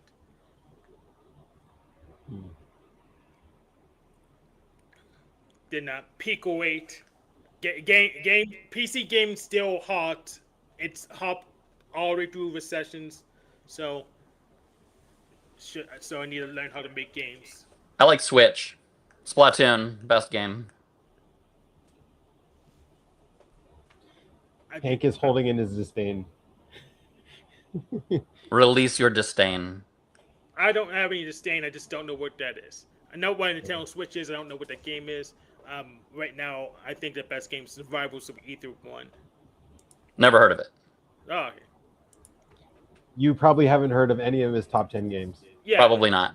Yeah, I actually only got Steam a month ago, so Yeah, Hank's retro as fuck. Yeah. His favorite games are all on Pico 8, which probably most people haven't played. Yeah. I didn't know It's like Rivals the Rage was on Raspberry Pico Pi 8. of gaming. Yeah. It's better than Raspberry Pi because their operating system Yeah, come on, is Denizen. Oh my hot garbage. How I'm dare sorry. you? The Raspberry Pi series operating systems are garbage. Because you had to go in interactive mode just to do anything. So yeah, just to get it so you can do it headless, which is stupid. You should configure. They used to configure it so you could just operate headless, but now you had to go interactive mode just so you can configure it to be headless. It's stupid. So, what's your favorite Linux distro? Right now I run And- Fedora 44. It's what? Fedora 44 is the one I use right now for my desktop. Red Hat. I like Omarchy, the Arch Linux and Wayland distribution by DHH. So do you like just being difficult for being difficult's sake? That's not difficult. I mean, it's just No, I like the windowing environment, keyboard shortcuts and stuff. Yeah. What Right. GUI comes with that? Wayland, it's got the tiling window manager. Is that like proprietary for Arch? No, So why do you like Hyperland? Wayland's a Arch? compositor. It's not the Just because it window comes manager. native with it? Wayland's a compositor, not the window manager. What's a window manager? Yeah, Hyperland. Hyperland, yes. Yeah. That is a window manager, and I know what that is. I get my SI confused. Yeah. I My just throw favorite- S around like it doesn't matter. My favorite one is Ubuntu. I like Ubuntu because if I need to know how to do anything, there's going to be an abundance of documentation how to. Yeah. Like, everybody uses it, so every problem and every bug has been run into 50 times in 80 different ways. So, yeah, I used Ubuntu a lot in my production environment. You ever use But a on my- Nix OS Yes, I tried. Yeah, it sounds Nix is very pretty cool. familiar. for servers? It's kind of a pain in the butt for a pet Desktop. computer, but for cattle, very useful. Yeah, because it. So once you get the configuration right, you could just cascade it over. But the I thing started right using is annoying. SUSE on my personal machine, though. It's what was bundled with ViCiDial, and I became a ViCiDial backend administrator toward the end of that fucking Uber job that I had when I had 3 other positions, including CPO. Lately, I've been mostly rocking Mac OS, unfortunately. Well, they have Bruh. they have a good processing unit. So I know with the newer Macs, they got so that the graphic memory and the system memory is the same pool So there memory. it is. Unified memory is very handy, but it's mostly for like iOS development. You can't really easily do that. Mac OS is how I got my job. They were using a mini Mac server as a domain controller, and Sounds so painful. that kept breaking the trust relationship with the Yikes. clients that were on XP, and it would throw a particular DNS error, and it was so common that when I saw like a bunch of nerds, I answered the phone for a living at this company, and the nerds were like looking at the screen and on the phone calling a friend, trying to get help because they couldn't figure it out. And I saw the error message on the screen as I was walking by to go to my lunch. I just glanced at it and I was like, "Oh yeah, that's easy. You're probably using a Mac as a server, aren't you? What you want to do is just go in here and update the DNS to this, and then change this to that, and then do a reboot, and then that'll fix your problem." And then I walked away, and the dude came up to me later and offered me a job. It's always freaking DNS, I swear. Have you been to isitdns.com? I never got. He saw it. I I've never in my life been offered a job I never formally applied for. I'm just probably just dumb or worthless or dog meat. I don't know. So the government of Ontario used to have their own operating system and computer platform, and all of us students in Ontario had to use it, and it was really bad. Nice. That's wow. Unisys communism for you. Icon. Yeah, Unisys Icon. Yeah, It's I've got heard these of trackballs. Unisys. Yeah. Had these trackballs like this. Like they didn't have a mouse because kids would ruin the mouse, so it was like plugged into the computer. You have to like roll it. Did you ever Is use one of those? Icon the specific part to Ontario? Yeah, I think so. Yeah. Nicknamed the Bionic Beaver. Okay. The Icon was a Canadian computer funded by Ontario government. Yeah. Used in schools, province wide. Yeah. We had a turtle. They called it when I was in school. My first computer was a Seiko. I tried looking up to find out what the heck was that recently, and I could not find it on the interwebs.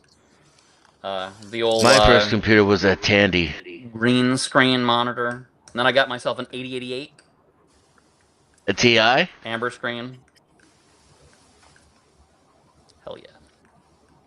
Played the old Infocom games, Hitchhiker's Guide to the Galaxy, Zork. My mom had a TI 8080. 8086 was a 386, right? If I remember right. 8086 is a type of CPU, yeah. It was a 386? Well, there was a 286, a 386, a 486. They all ran on the 8086 platform, I believe. Okay. Yeah, the 8088 was before the 286. I was thinking of the 88, which was a model number for a Texas Instruments computer gaming console. I don't remember. It's been a long time since I've had the 8088. And then I got a color screen.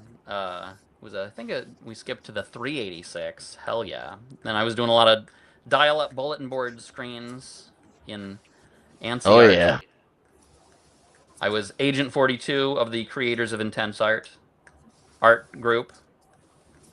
I remember when I got my 486 DX. Oh, And I was 486 like, when it first came out. That was like, yeah. it was legend. I was a pimp. And then my mom got a Gateway with a 686 in it, and I was like, what the fuck? All those plebs She- of the 386. You got your 486 there. This beast. My mom With always Windows had to NT. outdo me and have the better system. Right. Anybody remember the turbo button?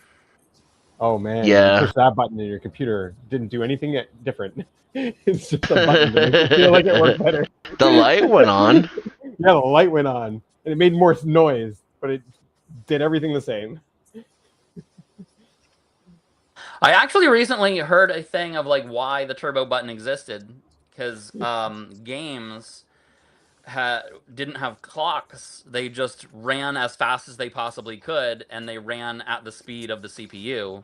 But then later on, once computers got faster, those games ran way too dang fast, and so they invented the turbo button because a slowness button seemed like a stupid idea that nobody would want, so they invented the turbo button that if you turned off turbo, then the old games would run at normal speed.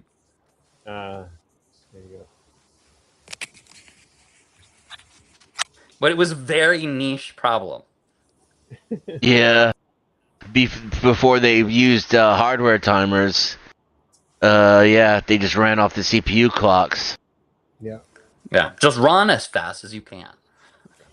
Can you imagine those game designers like, yeah, we just run it off the CPU clocks. This is the fastest computers are ever going to get, right? Yeah. Yeah, they didn't really think that through.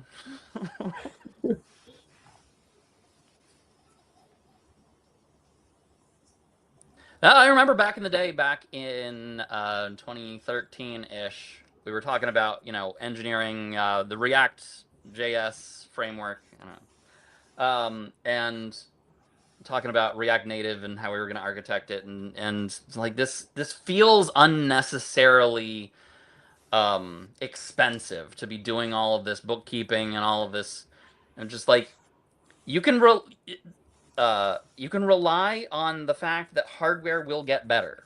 It'll be okay. It doesn't have to be perfect today. And I was thinking like of this needs to ship today to the complete set of Right. common devices that were popular in 2013, and here we are in 2016, 2026 rather. It's been much longer than that, and sure enough, hardware got faster, but then they just made the software that much worse, that much Yep. slower, and now everything still runs like crap. And now we've crossed the threshold of like where there's even gonna like commercial softwares could be written by it could be AI slop and Could Indian be, slop. or absolutely definitely is. Or will be, yeah. Well, I hear in a couple of years you could Already. actually run Crisis on full specs. I would say always has been, but that's just my opinion. You're not wrong. That computer I designed for my Star Citizen movie can definitely run Crisis. Yeah. No, everything can run now. Crisis now. Like, Not hot. No, Crisis is still a fucking machine up, bro. It's crazy. No, Crisis is still hard to run. yeah. Yep. What's Crisis? First person shooter. They call it Crisis because that's what it causes for your computer hardware When the game came out, when you try to run it. When are we going to be able to run this game? It's like this game is so advanced and graphically enhanced. It's just like 10 years, 20 years, maybe we'll be able to play it. My boss made Their me philosophy design was, his. computers will get faster. My boss made me design his computer, and that's Okay. how I tested it. I used Crisis in order to benchmark it. I ended up having to put 2 video cards in it. The case was huge. It weighed like 80 pounds, and I had to wheel it into his office like the case had wheels on it. It's probably the biggest computer I've ever made still to this day. I don't remember the meme, but there was like a meme of like aliens coming to Earth and trying to run it and then being like, we need to go upgrade our computers. We need more RAMs. We need And more now maths. VRAM is everything now. Like it's not just Crisis now, it's also like your internet buddy or your AI girlfriend. This is what's so great about unified memory architectures. Yep. It's very fast. Hank doesn't It like don't this talk to the other things. He doesn't like talking about computers. Yeah, I actually checked my policy again. They're just trying to see me. So they have it. My next payment amount $73 for a month, but the full payment's $359. I hate when people just don't play games with the damn interface. Are we talking about your car insurance, Hank? Yeah, That's how they get you. Yeah, to play games with goddamn interface instead just being obvious, just being clear. It's stupid. Well, maybe you remember your car insurance price from like 20 years ago. I'm looking at it right freaking now. No, I know, but when you first said the 120.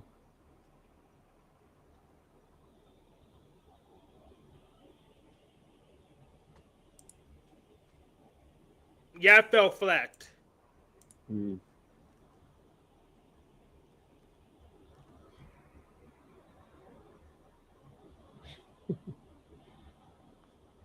I'm confused. How much do you pay insurance now? At least $5. $385. Yeah. But I would say A year? It's no, it's more. It's $359 for 6 months, not 73. That's more dollars. That is a lot more dollars. At least twice as many. Why they pay the next payment amounts just a month when I'm paying on per 6 months? It's stupid. Maybe you thought it was in shekels.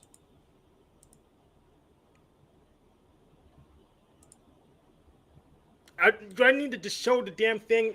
No, Because we're just joking, dude. The joke sucks. The joke My sucks. joke It's not sucks, funny. yeah. It's not funny. It's not funny. It's not funny. I'm sorry. I don't know what's happening. It's observer freak out. It's okay. Have you tried turning it off and on again? The policy, yes, that actually works.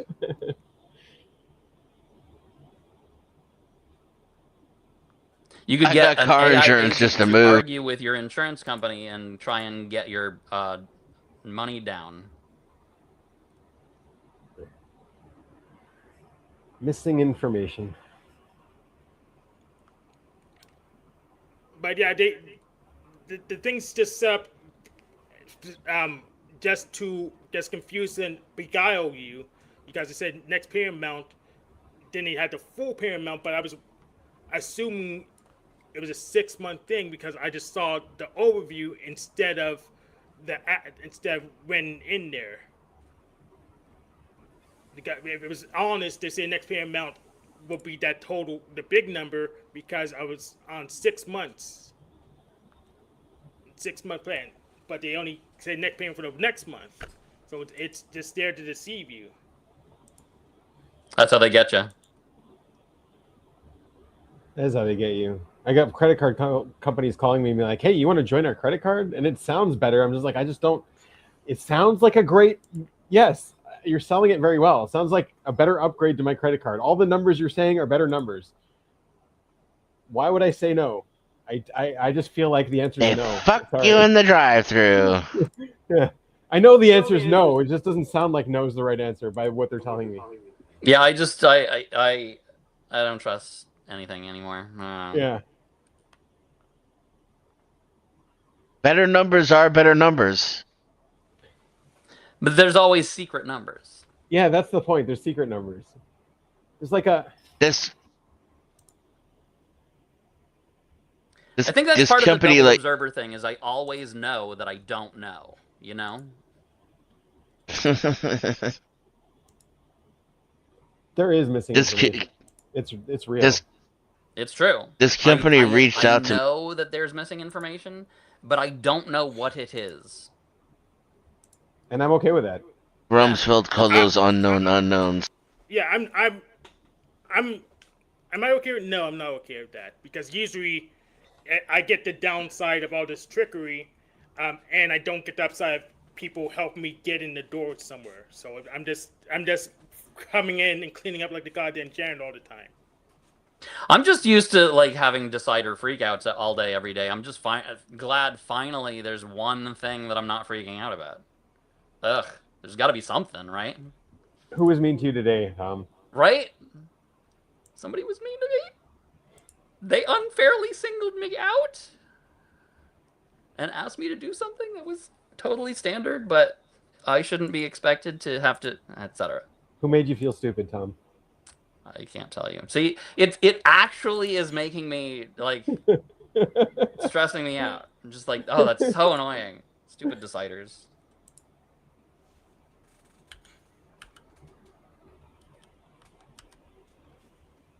Who didn't give you permission, Tom? Somebody once told me the best thing ever. Like, who gave you permission to ask for permission? What? The old Uno reverse? I mean, that if someone said that to me, I said I just say I did. It's better to ask for forgiveness. It's easy to say. It's hard to do when you're an EJ. That's true. Yeah.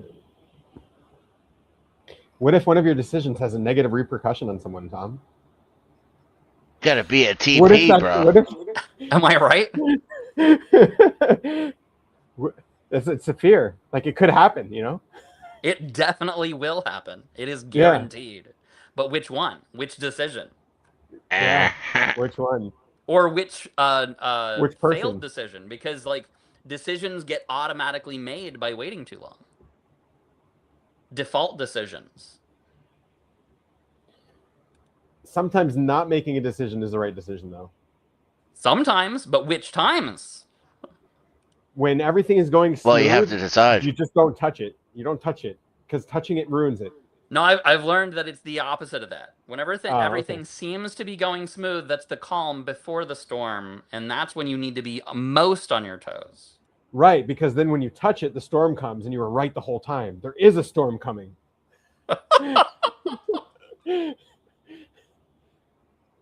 No, you have to balance the correct amount of touching.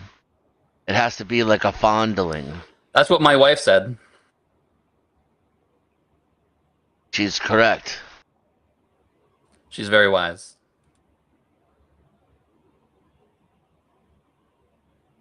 Heavy petting, but groping, too far. Are we eating pizza today? Yeah, I thought it was really important to eat a pizza day since we won't be meeting for the next couple weeks at least. So this will I be might my jump last on if you pizza for guys a are while. doing it.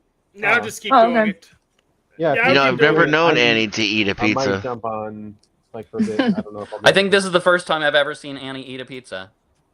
Yeah. In She my normally eats sample size tomatoes. of 0, this is... Yeah, no, I eat pizza every Tuesday when we have this show. Yeah. I might lose weight if I don't eat it for By a not few coming weeks. here for a while, you cut out the Yeah. pizza. Yeah, also if I get one of these jobs I'm applying for, I don't know if I'll be able to come. Not sure. Right. What are you trying to get a job for? Just a supplement to my massage therapy practice. So my dream job, they aren't even necessarily hiring, but I just sent an email and a resume anyway. So that would be a busy clinic that where they do ashiatsu, the barefoot massage, and that's what I like to do. So I, sent a feeler That and looks like attached a you, Tom. resume just to see if they want someone to fill in. Another job that I have not applied for but might is spa massage, but that's like hands-on, and I know that it'll be really draining. So the one I'm most excited about is the one I applied for this morning, which is just laundry and house cleaning at a care home facility, and it's like walking But your distance. real So dream Is- job is getting clients. yeah, Is getting clients. barefoot If massage like? Is that like when you step on people? yeah, I have bars overhead. I mean, I'm not just stepping, I'm gliding. So I'm using a massage cream and sort of like my balance and doing all this acrobatic stuff to glide over the muscles with my feet. Oh yeah, that's the business. hmm Who's this? And I Chad? love it. I really love it. It's just that business isn't consistent. There's ups and downs. Like there's good months and bad months. So I could use a job just to like even things out financially. Yeah. I used to make my girlfriend do that to me. hmm Yeah, I really love it because I've been doing massage for 20 years and it's really hard on your body. But because I do barefoot, I can see myself being able to do this well into my 70s because it's just easier to use my feet and my body weight than like the other kind is just a lot of overuse for the hands. So you get like shoulder injuries and nerve issues. Ironic. Like as you put your energy and power into relieving other people's physical ailments, you cause your own. Yeah, and plus, if business isn't good, you can't afford a massage. I haven't had a massage in over 2 years, and I really need one. So if I get a part-time job, that's the first thing I'm going to do is 90-minute massage once a month for me and try to take care of myself. Well, part-time's not bad. Yeah, How many hours? Well, that's what I have to find out. I'm hoping Three for two 8-hour shifts, or Oh, nice. That's the other reasonable. alternative would be 3 6 hours. And the problem with 3 is just I still have to maintain my practice and like have availability to my clients. So I don't want to freak my clients out by going down from 7-day availability to 4 days a week, So yeah, I'm hoping for 2 shifts. How far are you away from Oregon, Tom? I think 100%. I'm in 100 Florida. Yeah, it's really far. 100% of America. Yeah. You've never had a massage? No, Not I'm even not a from a professional partner? massage. I've had amateur massages where people just, come up behind you at a party or whatever and massage you against your will. That sounds Nightmare. creepy. That counts. That sounds like Kamala harassment. Yeah, I don't just walk up to people and massage them because And it's I like what I do for greatly work. appreciate And No, that's Yeah. yeah. has to be a very voluntary exchange of energy. It's Yeah. not. Yeah, it requires consent for sure.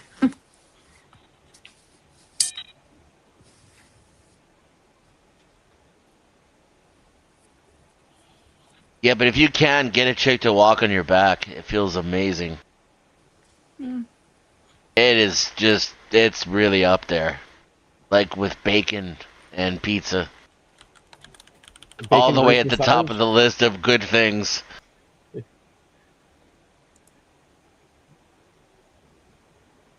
I carry a lot of stress and tension in my shoulders and my neck though, so I don't know if it'd be as enjoyable for everyone.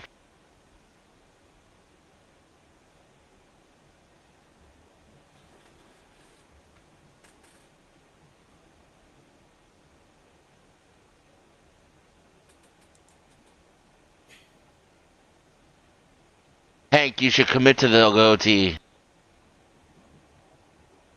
I mean, no, you don't even freaking turn your camera on. I'm not gonna commit to any kind of hairstyle for you.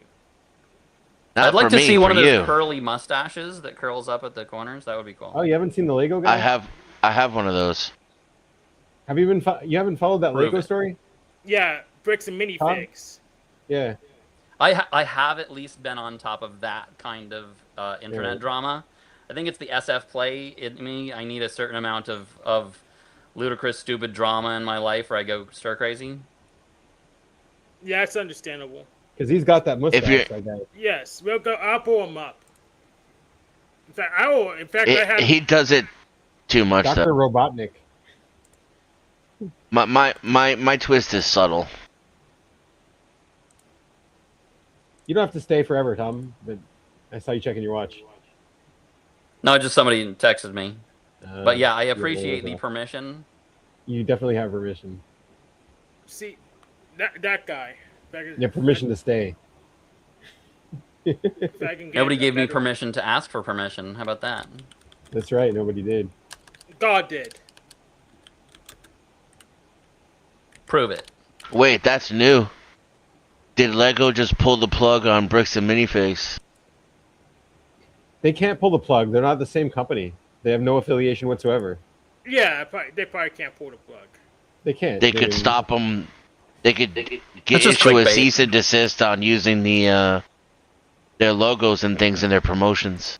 Yeah, they could be. They could actually. I don't know because they could have a distributorship deal, and then they actually need permission to.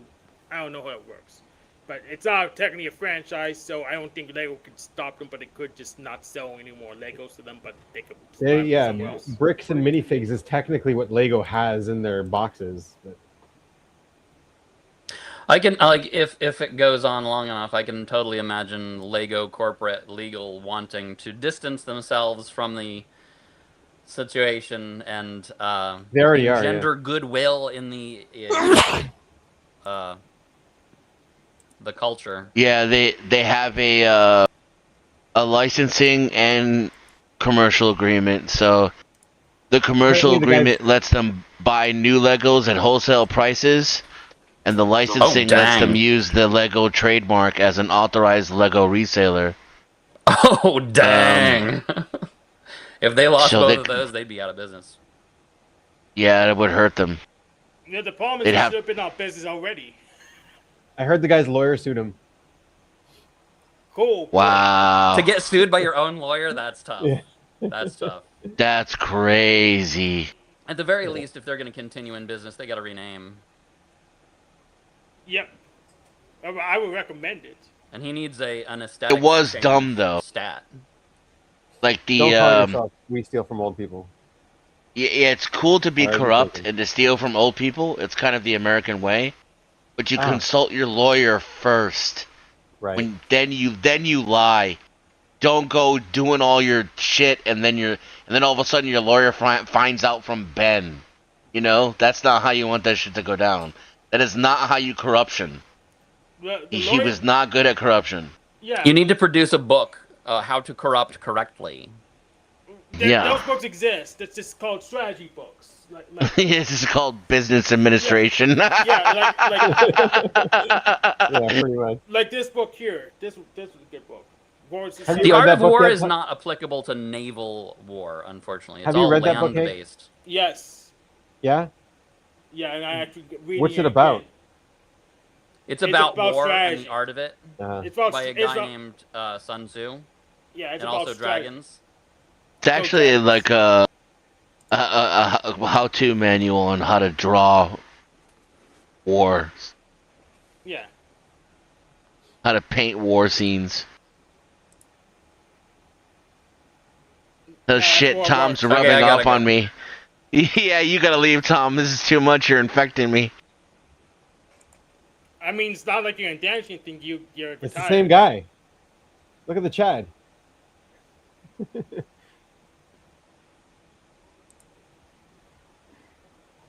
So, frozen pizza. What kind of frozen pizza are we talking about? Well, this is the other kind. I usually get a cauliflower crust pizza that's just vegetarian, has like vegetables on it. But they didn't have that at my store, so this is a cottage cheese crust.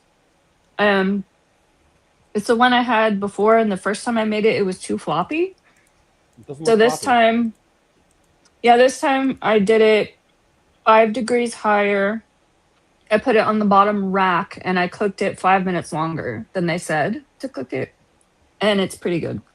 Yeah, and I like it. It's just got a whole bunch of Not too different kinds dry. of cheese, and it tastes like there's rosemary in it, like it's infused with rosemary. Yeah, rosemary is a very popular, common way to compensate for like lack of meat or wheat. Yeah, I just don't really like meat on pizza or in spaghetti for some reason, or lasagna. I just like Ne- those things to be vegetarian. Neither is Yeah, me. Benjamin. I was like that my whole life, and I'm the exact opposite. Now I Yeah. like I fry up hamburger, ground meat, and pour it in that with the grease and everything into my pasta now. Mm. Whereas before, I wouldn't even like the like meat that I would. I didn't even really like meat, period. But even if I liked it, I definitely didn't want it in my pasta. Now I'm the opposite. Mm. What happened to Denizen? Where'd he go? He's He's he's right right in front of there. you. But he's Are you Tom on an left. iPhone? no, he's Tom left. different. He keeps changing to be someone else. Oh, Oh, maybe it's a caching issue. So He sometimes did. the He once audio. didn't want. He once didn't want to be eat meat, and now he's eating meat. And then he once didn't want to be corporate, but then he was corporate. And now he's not corporate again. What's well, going I on, don't dude? know if it was a want. I just didn't like meat that much. Uh, Now I do. where do you keep going?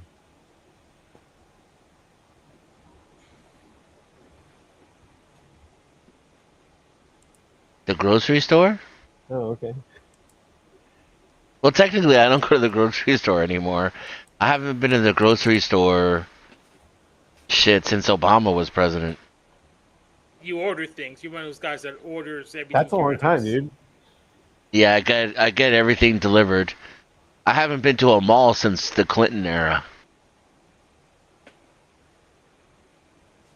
I actually like shopping at the grocery store. Oh my God, no. The only good thing about grocery store is if you go to the like the really tutti frutti like uh organic schmanic places, you can meet really hot chicks that are smart. Like Annie. I bet I would imagine Annie goes to those kind of stores. You don't run into hot chicks anywhere. They're I out there. used to, but um, those are kind of expensive for me now. I do go to one gourmet grocery store, but the best store with the hottest chicks here in our town is the gourmet grocery store that's in the university district. Yeah. And you go there and it's just like hot people everywhere. Yeah.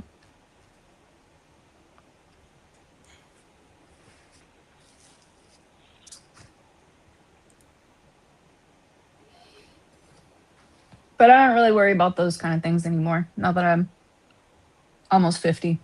Don't think about it too much.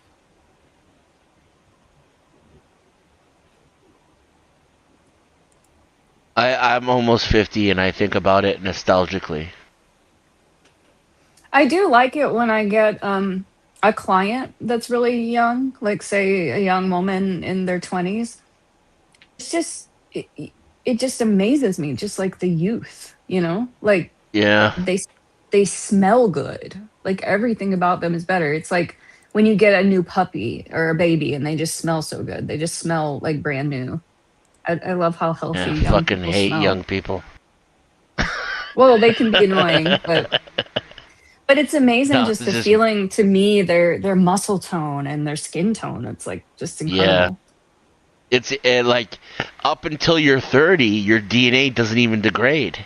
You know, if you're under 30, you're literally like, a brand new person every second. You know, Mm. your DNA everything about you is still forming and becoming and alive to like the fullest extent anything on earth can be alive.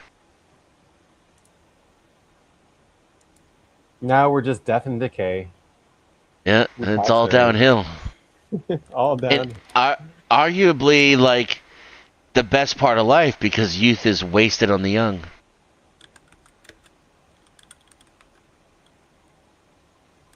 That's why your advice doesn't make sense then. As in, when you're young, you should save all your money and not do anything. So you can have 6 years of retirement when you're 50. Exactly. What? I don't know. I'm just trying to be antagonistic. Ha Aren't, ha. aren't I antagonistic enough?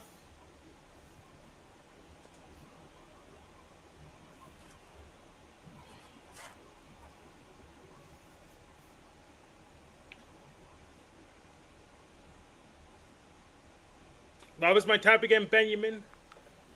What was your type? Yeah, what was the type again? Why? So you can pretend like it's funny and laugh, but really feel pain and hurt? I'm not going to tell you. Yes. Exactly. Yeah. Usually, whatever type hits closest to home is your type.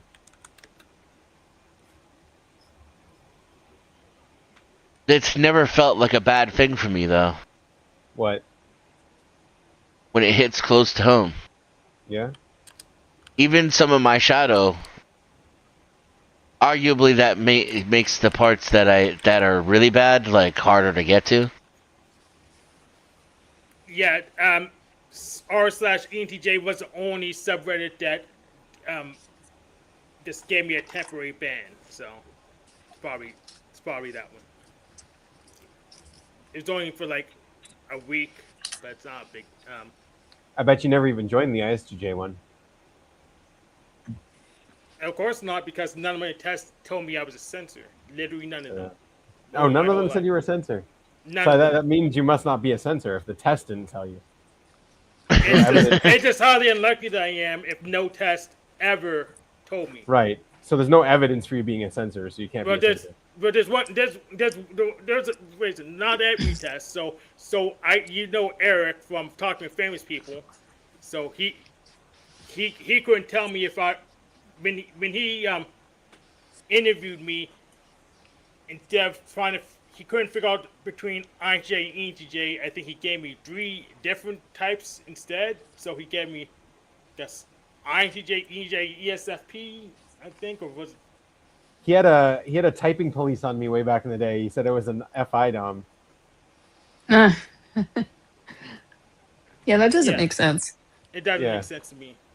he had a type police. But then I went on his channel and he typed me. Mm. They got it right. Kinda. I told him what my type was because like I knew what my type was from OPS, so I told him what it was, and he Mm. agreed. I guess. I don't know if he got it on his own. But he's definitely got his own ideas of type and how it works, and his own definitions. He's really big on definitions too. Yeah, otherwise you don't know what you're talking about. Of course. And you And can what do you really think check him out. what is his type, do you think? He's ENTP. I think he's right about He's himself. ENTP, absolutely he's Yeah. ENTP.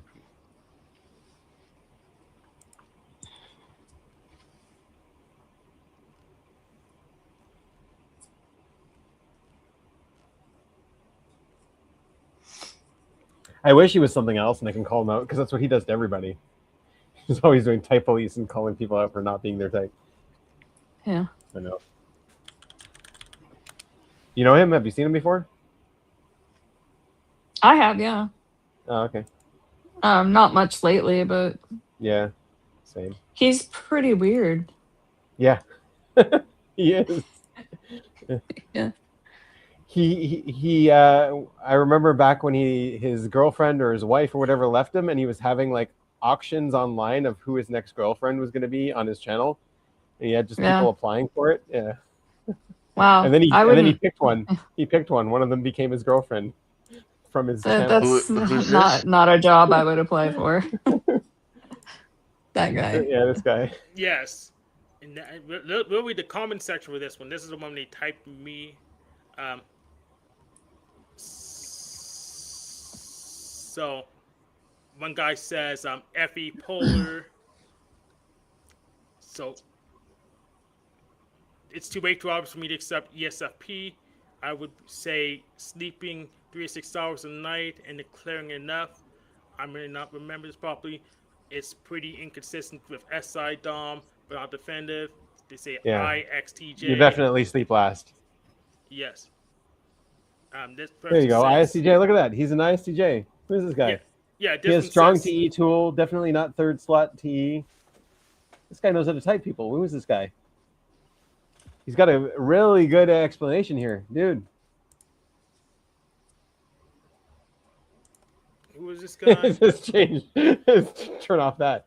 Yeah, I'll go back, but he says, who is this guy? I just went ahead and checked. Oh, okay. I see. Yeah. Is this CompTS? Nope, he doesn't have anything. Those aren't his videos, are they? Okay, here's his videos. He does car repair, looks like. Handyman. Right, let's go back. Cat box review.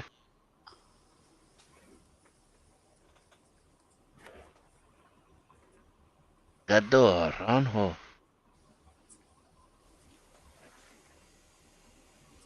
Cool. How long ago was this, Hank? 2 years ago. Oh, okay. Wait, no, that's a comment 2 years ago. 3 years ago for the video.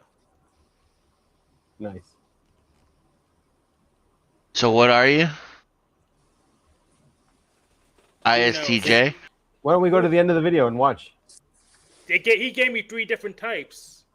Oh, He gave okay. me ESFP, ISTJ, and ENTJ. No, he didn't even give me ENTJ. He said INTJ, ESFP, and ISTJ.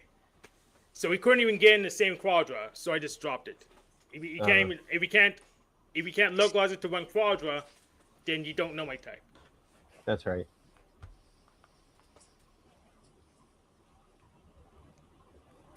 I mean, if you're close, you could get it down to one quadra.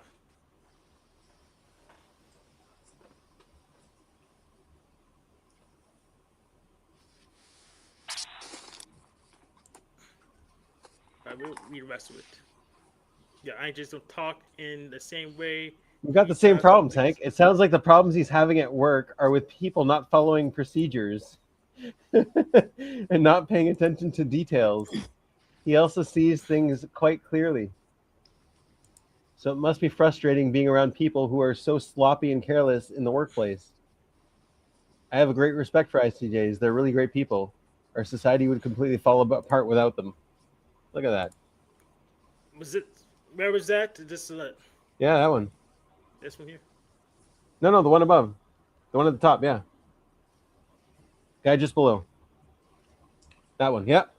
You just can't see it. It's just like not there. Yeah, the directions are just not there.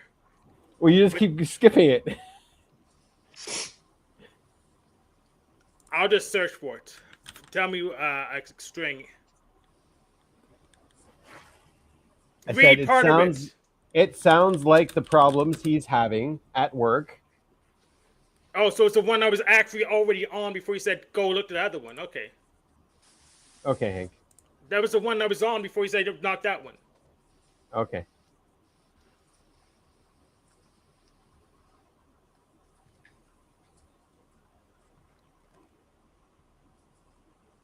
You're still having the same problems at work. Yes. Yeah, same. And how do I solve them? If you know my type, how do I solve these stupid problems? Hmm. That's a good solution. I'm gonna try that. It Get more depends what the ISTJs. solution is. You need to get some ISTJs in your work, then you won't have those problems. So I need to What do become you a really recruiter. consider the solution? If everyone was like you, Hank, then you wouldn't have those problems, right? Steve, I I don't don't know the know. details, and I haven't asked you enough questions. But my guess would be, my advice would be for you to let go, not to I like. actually correct or change the reaction that you're getting, but to kung fu it. I agree with you. How do I pay my bills? You don't have to do anything to remain employed. It doesn't require success or productivity. It merely requires you to get along with the people who are responsible for hiring and firing you. They fire me based on productivity and What attendance. do, what do you do? I do logistics now. I move stuff around for a megacorp. Can I do So something else they like instead? measure how many boxes you carry? Yes, and they haven't been telling me how many I've been carrying, even though I've been requesting for like ever since they stopped letting me query that information. So they're not keeping track of your productivity. But if they were keeping track, you'd be hired They don't. because you're the best They don't. employee. Well, they So don't that keep. that They only keep describes two track. possibilities, Hank. They That only means keep track of either it when they want to fire someone, I guess. exactly. That's what I was gonna say. So there's two scenarios here. Either they want to get rid of you because they don't like you, and they're not telling you what the tracking is because your your numbers are so good that it would make them look absurd, right? So they can't use it. So they just well, I don't know what you're doing because you're doing great, or they don't give a fuck because you're not on the firing radar, so they're not even bothering to look because I haven't worked in logistics, right? So you could totally blow me out of the water here, but I have done a variety of different jobs, and even the ones that are based on results are not based on results. Nobody gives a fuck. People are stupid. They're lazy. They lie.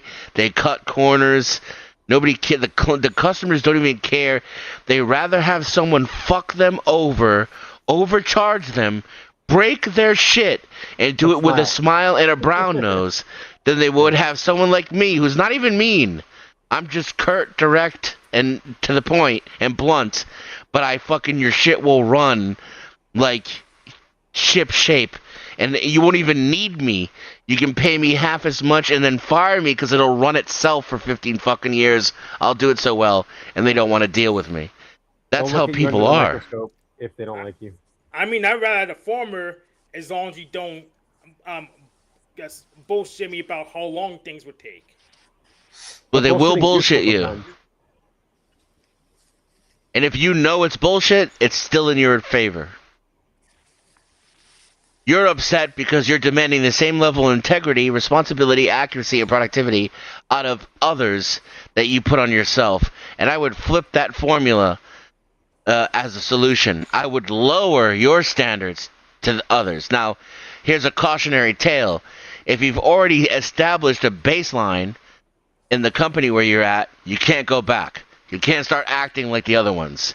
You're stuck with this. You're going to have to do more work, be more on time, show up more, take more responsibility. That's the bar you set. Now, if you are very, very good at these things, which it doesn't sound like you are, then you can slowly, over time, very, very carefully and methodically lower that bar so slowly that they don't notice, right? And you'll Then never I would get it listen as to low him. as you could He have sounds when like you an expert. started it. Denison I sounds don't. like an expert at not working. I think that it would hurt Hank. He would go home and cry at night if he was less efficient. I think he If wants he to be couldn't let it efficient. go. I mean, I can lower the bar, but I got bashed for not being good enough when I was a freaking child, so I had to raise the bar just not to get my ass burned on that. So I don't. It's kind of hard to know what to do. because if I drop it too low, then I'm gonna be penalized for not doing it good enough. So I have to give an extra 30-50% credit just so I don't get purged for not performing. I think Yes, and now I that you've think set the don't bar, you know. can't lower it. Well, Hank will my never current- know what it takes to get fired until he tries to get fired on purpose. The way Denizen sounds like you've I've done been that a couple I've times. been fired on purpose before, so I Have know you? I'd like to. Yes, All right. I've been. What fired did you before. do? What did you do to get fired on purpose? Oh yes. So one time, I guess my internship wanted to send me across to the other side of the state to get training, but they didn't have the kindness in their heart to make a printout and establish that was going to happen. And he tried to just say, "No, go to the airport now. Go to the airport now." And I said, "No, fuck that. You can't even give me a printout." I just act like the other employees. I did not do things correctly. I always set the bar really fucking high, and I ended up doing 5 people's jobs for one person's salary, and all the bosses loved me, and when they would fire everybody in the company, I would still not get fired. But all that did was give me longevity in a position where I was doing way too much work for way too little pay, and no actual respect. Like the boss would knew me by name. He would come by and pat me on the back in front of all the other employees, and then even occasionally take me out for a really expensive dinner or buy me a stripper even. But would he put any of that money in my salary? Would he put it in any respect when he was telling me what to do? Nah. Yeah. So it's not that doing a worse job would hurt me directly. It's just I'm not gonna be upset by just do it good enough. I'll be upset because I didn't do it to the standard they didn't communicate, and I'm purged for not performing good enough. So it just had to be better than everyone else. That's why I don't get purged for the you didn't make the metrics, and they'll tell me as late as possible so I can't just correct it. Usually they don't know if you're failing the metrics unless they get complaints. Well, they're so incompetent that they won't tell me in time that I can actually correct it. Yeah, that's the thing. Because he can't communicate with me now, and I know I'm doing good enough. And then you could get fired for that too. Yeah. How well am I doing? How well am I doing? You're doing fine.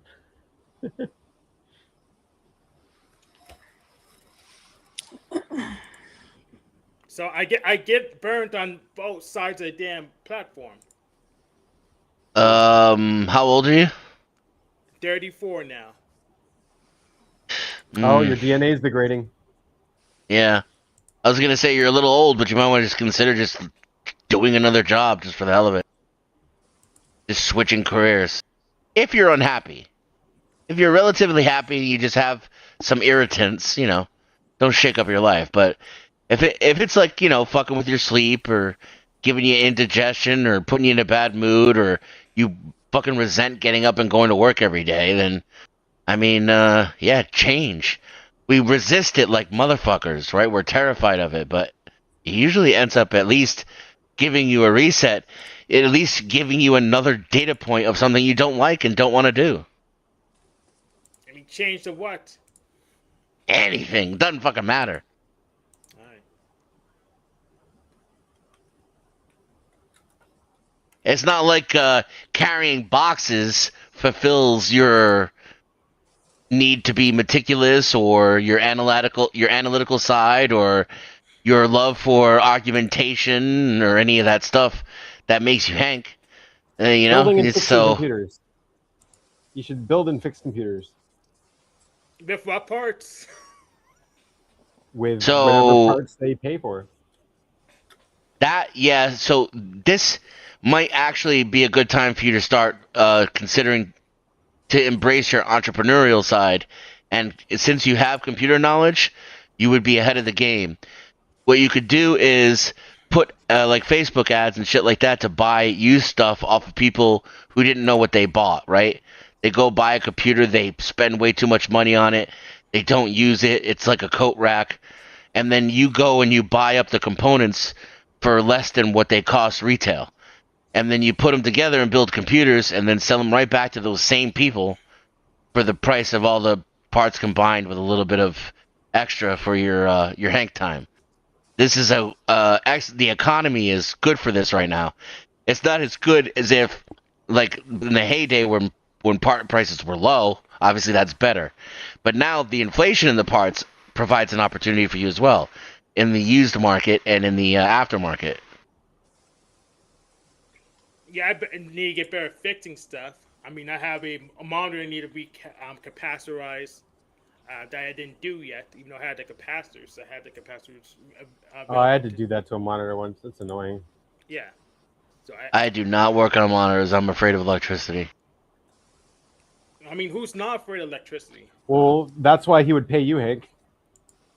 Yeah. Have you been zapped by a monitor? Not Well, by a yet. capacitor, yeah. Not Yeah, I've been recently. zapped by a CRT. Yeah. Yeah. Yeah, I haven't you even you seen you here. rethink all your life choices when that happens. Yeah. So yeah, I've been zapped by capacitor, but not recently.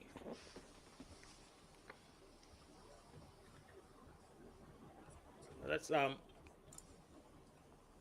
let's look at that. Keep looking at comment section while we think of solutions. So this next one says tough one. Ti looked good with syllogism, but he could be guessing.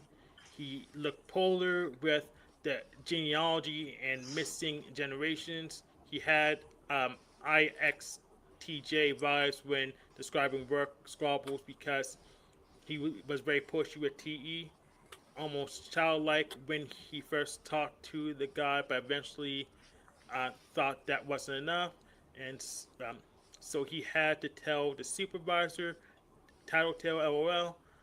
I feel he was not SI, front stack enough to be ISTJ, and he was questionable also. Eric had a push on it. I'm leaning FI2, TE3. Um, he seems to be serious, isolated, all business, ESFP.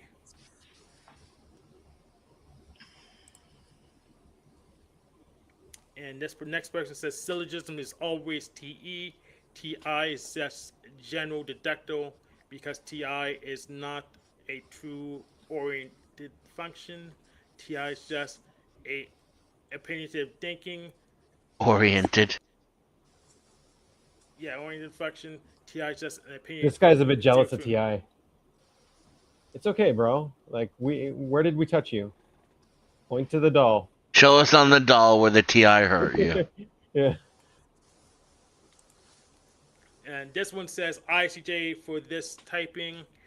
Early on, it was clear that he's an ISTJ who thinks he's INTJ. He gave way too much sensory info through the session.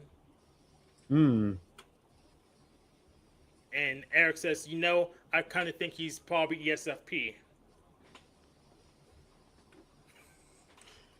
And this next person says, I was learning that way for a bit until the FE test. That felt polar to me. I could see it through. See it though. He I also mean, that was the other option I had for you as ESFP. All right. He also SCP. yeah. Now that you read it, yeah, you got that. You agree with that? No, I always said SCTE or SITE. But you're definitely observer and definitely sensor. Yeah. He also seemed more extrovert than ISTJ. That doesn't mean anything though. During which he would support that a little more. He's right. You are extroverted, but you're still an ISTJ. You're an extroverted ISTJ. Yeah, I think there's flaws in your methodology then. I know you do. That's why I like saying it. Yeah. So, no ESFP is sleeping with fall in the mattress, surely.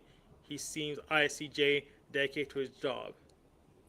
I'm dedicated to getting paid, but if I can just not have this job, that'd be fine. What did you write? I seem dedicated to my job because COVID inertia and recruiters and job placement counselors are deceptive scum. Mm. Sorry, I just can't see very well. I'm small on the screen. Yeah, and I can replace the money source to something even more flexible. They will be kicked to the curb. Yes. Okay. I still stand by that. I Mhm. agree with Hank. Stock options, baby. The stock market's gonna crash because of the damn AI bubble. You can make millions off of that if that happens. If you know a stock market crash is coming, then you're in a better position than me. You better bet on that. I It's know called that's puts. I know that's coming, but I don't know when it's coming. Um,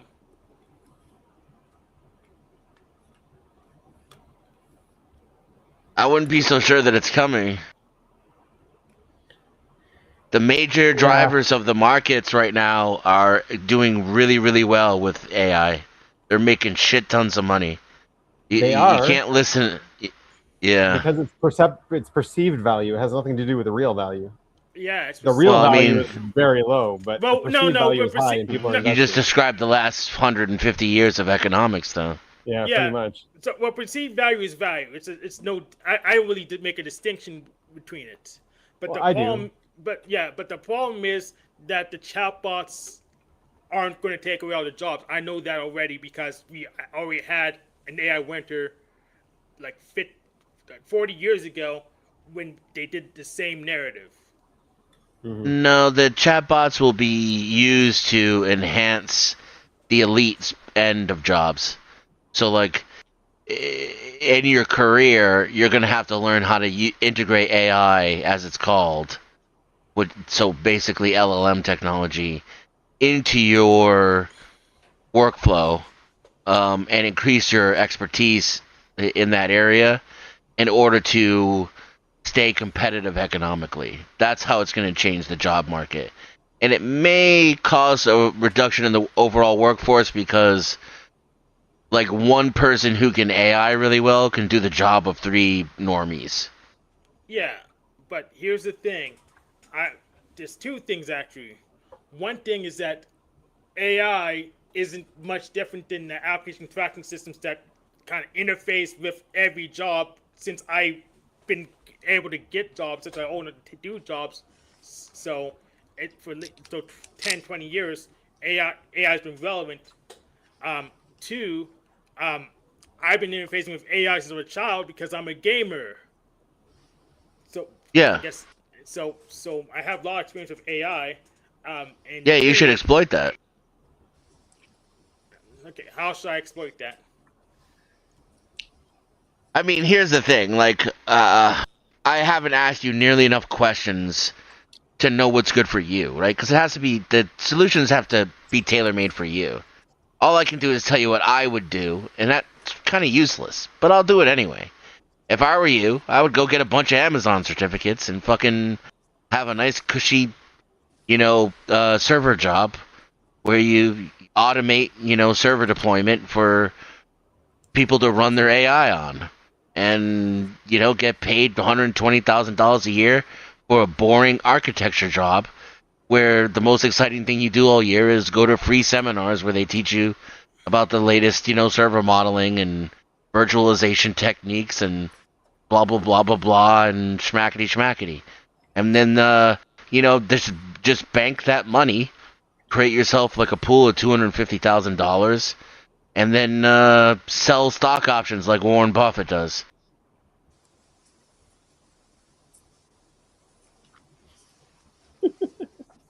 Why Amazon instead of CompTIA?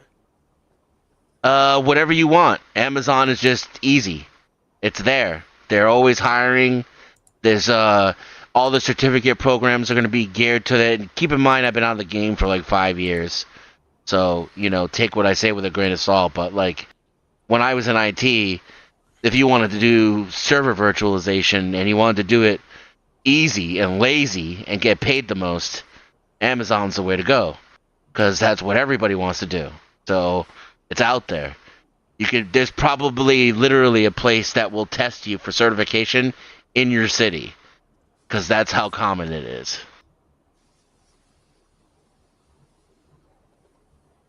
I mean, yeah, there's a thing, but I know Dell were paying with Amazon most of the time, anyways. But I probably, if I did go that route, I'd probably try to push them, yank stuff out of Amazon when it doesn't fit there. But that's just me. Look at this. 7 years ago, Hank. Yep. It's been that long.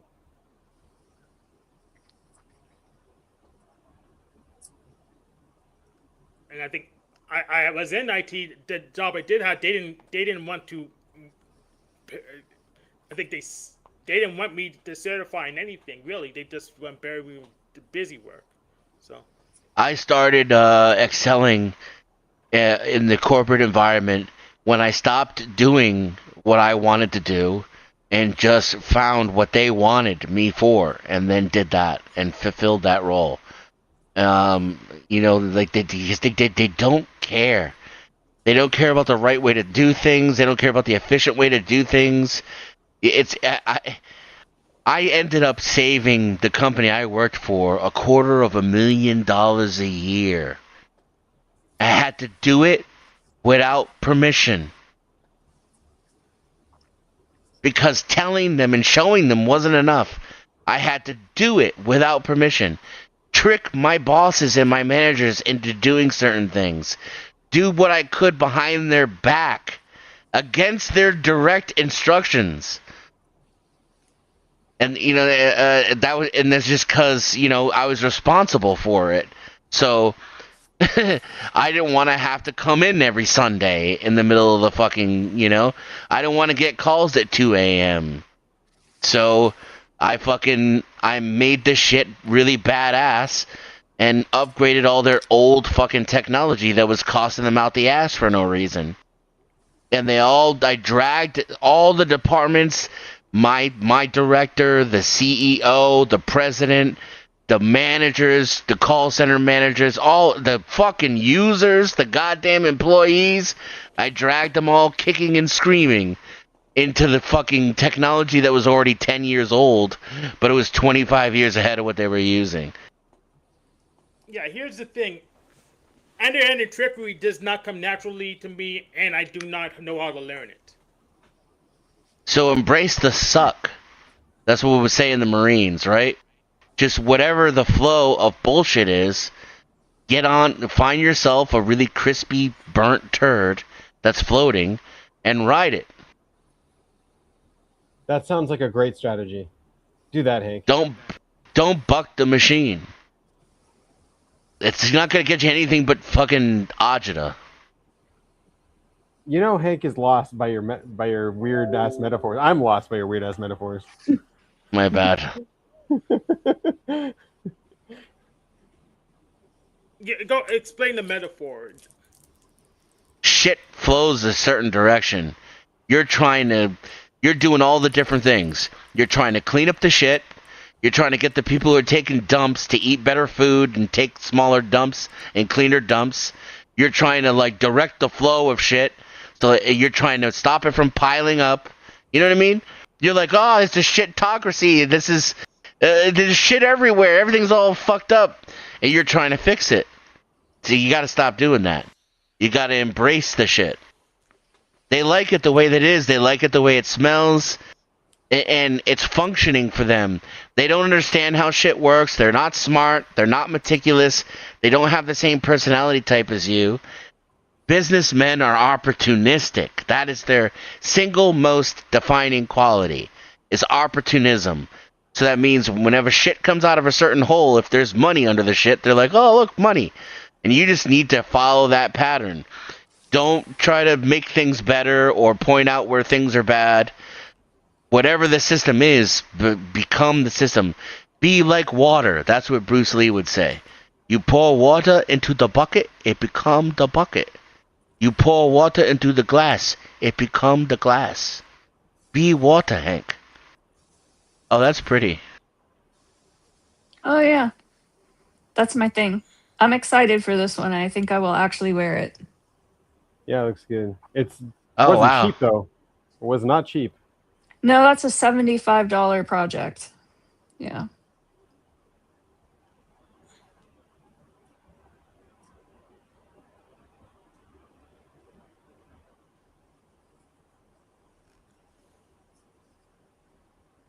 Damn, I would buy that. For $75? Yeah. Don't sell it to them for Well, 75 no, bucks. That's no no, money it's net. $75 plus It's the the materials. hours. Yeah. Yes. Right. So Just the 350 material. bucks. Yes, $350 for that. Yeah, I'd say 75's a steal. I try Yeah. to get my Yeah. old lady to wear nothing but that. Yeah, Uh-huh. 350. In Yeah, the it's house, of like course. it's hard to charge for crochet. It's usually materials times 3 is usually Yes. what you charge, and like who would be willing to pay that, you know? So 350 because she's your friend.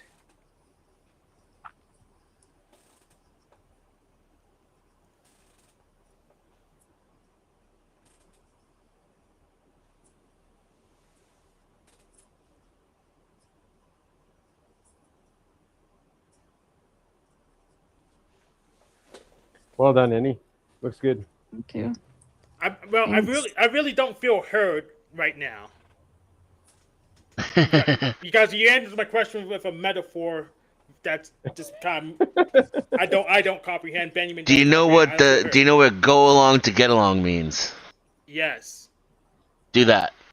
But you also said do a whole bunch of underhanded things instead of, and that's No, no, what no. you I did. told you that's what I did in order to do change. The point there wasn't it was not do what I did. I was a failure. The point was that that was the only way I could get things fixed was by lying to the people who saved $250,000. That was the whole point of that story. Right? Forgive me for not making that more clear. Don't Okay. do that. Be the guy who's like, "Oh yeah, everything's great the way it is, boss." Hank, take Looks advice good, from boss. people who succeed, not failures. How's he a failure? He's retired now.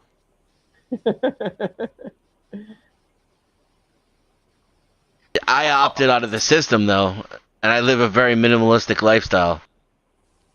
So Hank, if you went to work and everybody behaved the way you thought that they should, and everybody did follow the systems you thought that they should follow and all that, then how would you feel at the end of the day?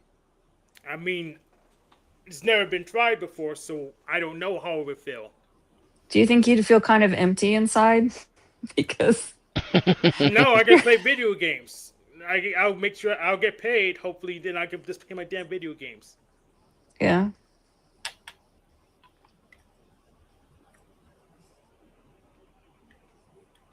I read my book and play video games, so I doubt I'll feel empty. I'm very good at keeping myself occupied.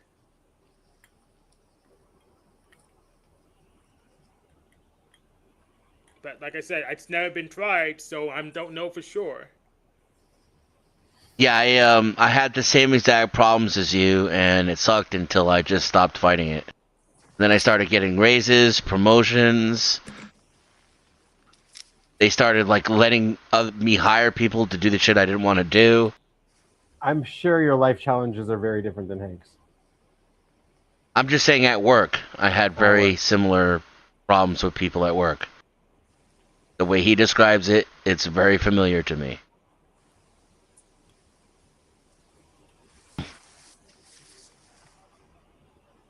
I would take everything I say with a grain of salt, obviously, but I do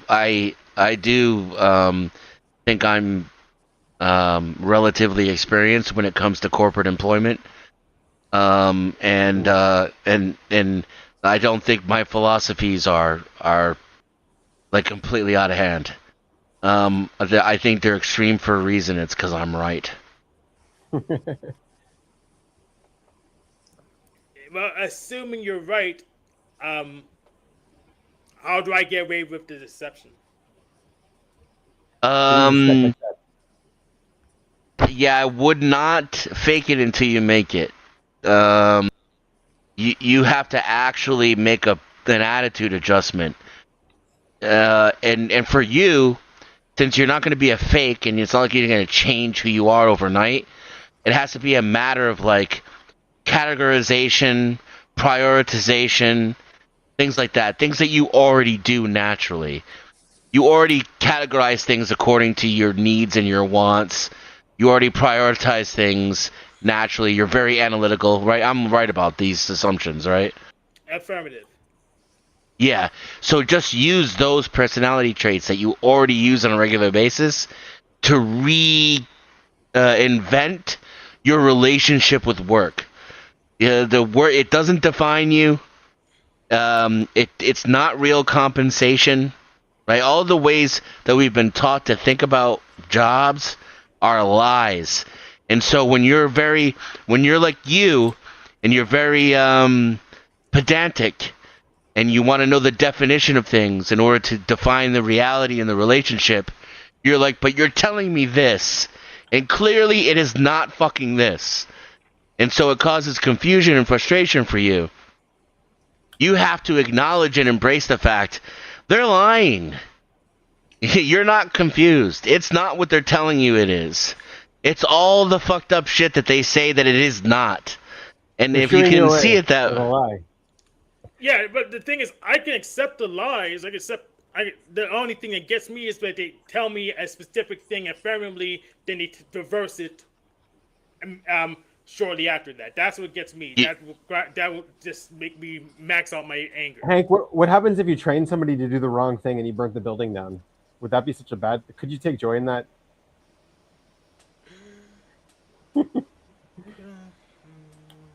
It really depends which building.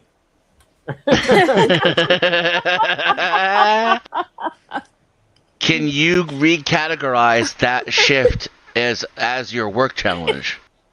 Like, and so instead, your job isn't actually carrying boxes. Your job is the video game, but the video game isn't carrying boxes. It's real time adjusting to the whims of stupid people who can't make up their minds. Yeah, I already do that, but the thing is, I need more money so I need to do something else. Okay, yeah, that's a separate problem. How much time do you spend at this place? 40 hours a week?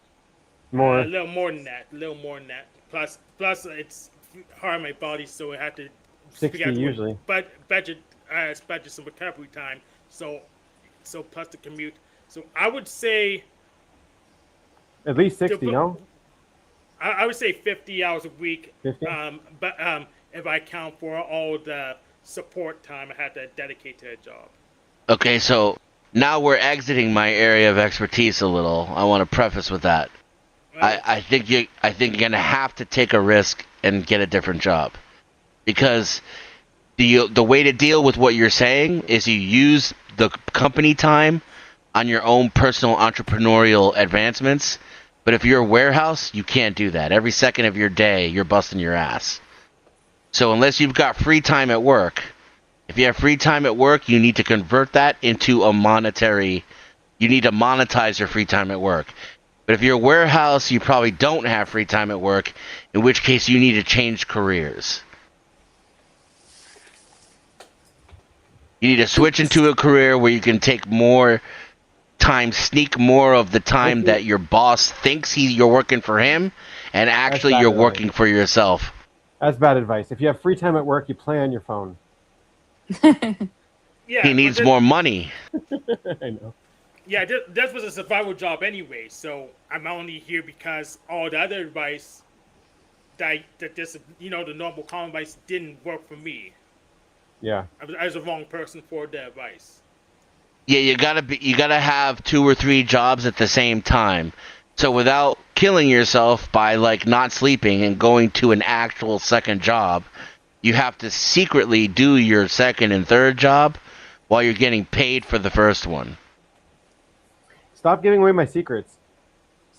But they're not not your secrets. I mean, they are overemployed. Yes. And underpaid. And there's that productivity thing again, right? Like, they count on Hanks. Hanks are 10 times more productive than their fathers were. Did they get paid 10 times as much? Not even close. No, probably 10 times less.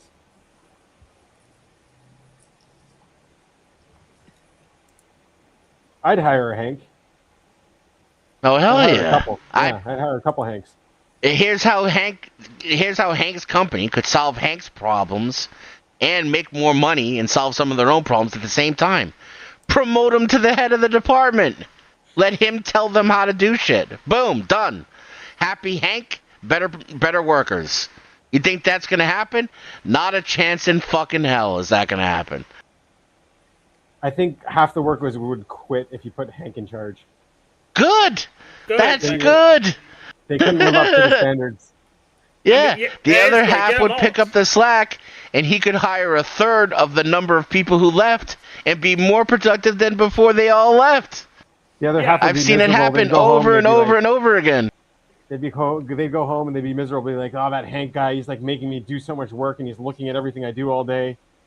Yeah, that'd be good. Half It's much better if I could slack off with a different boss. I mean, more than half of them already quit. The turnover was so high, so I could My- cut down turnover. I treated my employees with love and kindness and respect, though, so Yeah, they did see me as a slave driver and a son of a bitch, but they loved me anyway. yeah. So if only half quit, then that's really lower turnover. And people want me to be the head of the department, but they're not listening to me now. So I just said, why would I bother to be the head of the department if you don't take anything I say seriously at all? Well, because you can cut their hours, and then watch how fast they fucking listen to you. As soon as someone doesn't fucking listen to you, you send them home and then do their job That's better what than do they to can Nico. do it. Poor Nico. They just keep cutting his hours.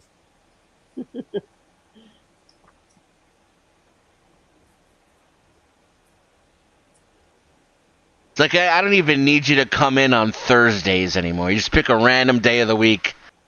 You know? Like, then they start listening. And it depends on the level of authority you're given, too. Like, some managers can hire and fire. You know, then I'm going to fire your ass. I'm not even going to send you home. Depending, right? Because I already got I've worked with you. I already have an idea of who you are. Are you the kind of guy that I just need to send home so that I shake you from your mental torpor? Or are you a prick who's just going to keep giving me the same shit problems that I have over and over again no matter what? Or are you some mix of the two where you don't really need the job, therefore I can't punish you, and so everything just, rolls off your back anyway?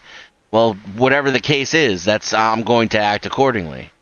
I'll cut your hours down to 2 hours a day if I have to.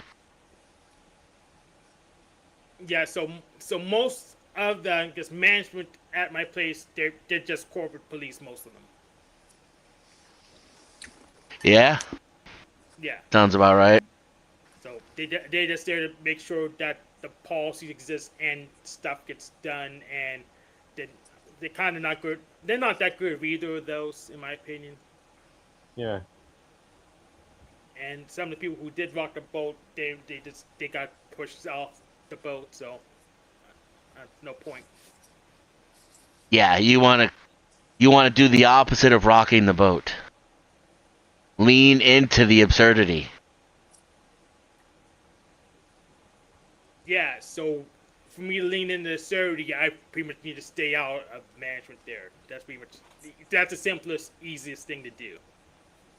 Yeah, otherwise you become a typical middle manager, which is fine if you can do it. No, It's more money, more job security. It make me too angry.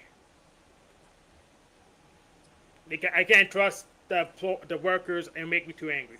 That's true. To be a manager, you have to have a high tolerance for idiots. Yes. I'm just saying that could you never really know until you try, right? Like, I get that he doesn't. I didn't either. I still kind of don't. But, like, if I just tweaked a little bit of things in my brain and how I perceive things and interact with them, it's an entirely different mentality.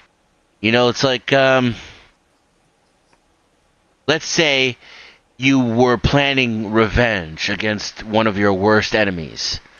And step 3 of your 10-step plan, let's say step 5, because now you're further into the plan. 1 through 4 went perfectly, flawlessly. And step 5 is your enemy believing he is superior to you. And you giving him the public opinion is that he's superior to you. So he's always talking shit to your face and making fun of you at work. And he sits on your car or smokes at your desk, whatever it is that annoys you and embarrasses you. And he does it right in your face to annoy you. Well, if it's part of your plan, you're not going to be as annoyed. You're going to be secretly pleased because we're moving into step 6 right on schedule. Whereas if it's not part of your plan, just that tweak in the way you perceive it will make it like the worst, most humiliating experience you can have. This is the mindset I had to adapt in order to climb the corporate ladder.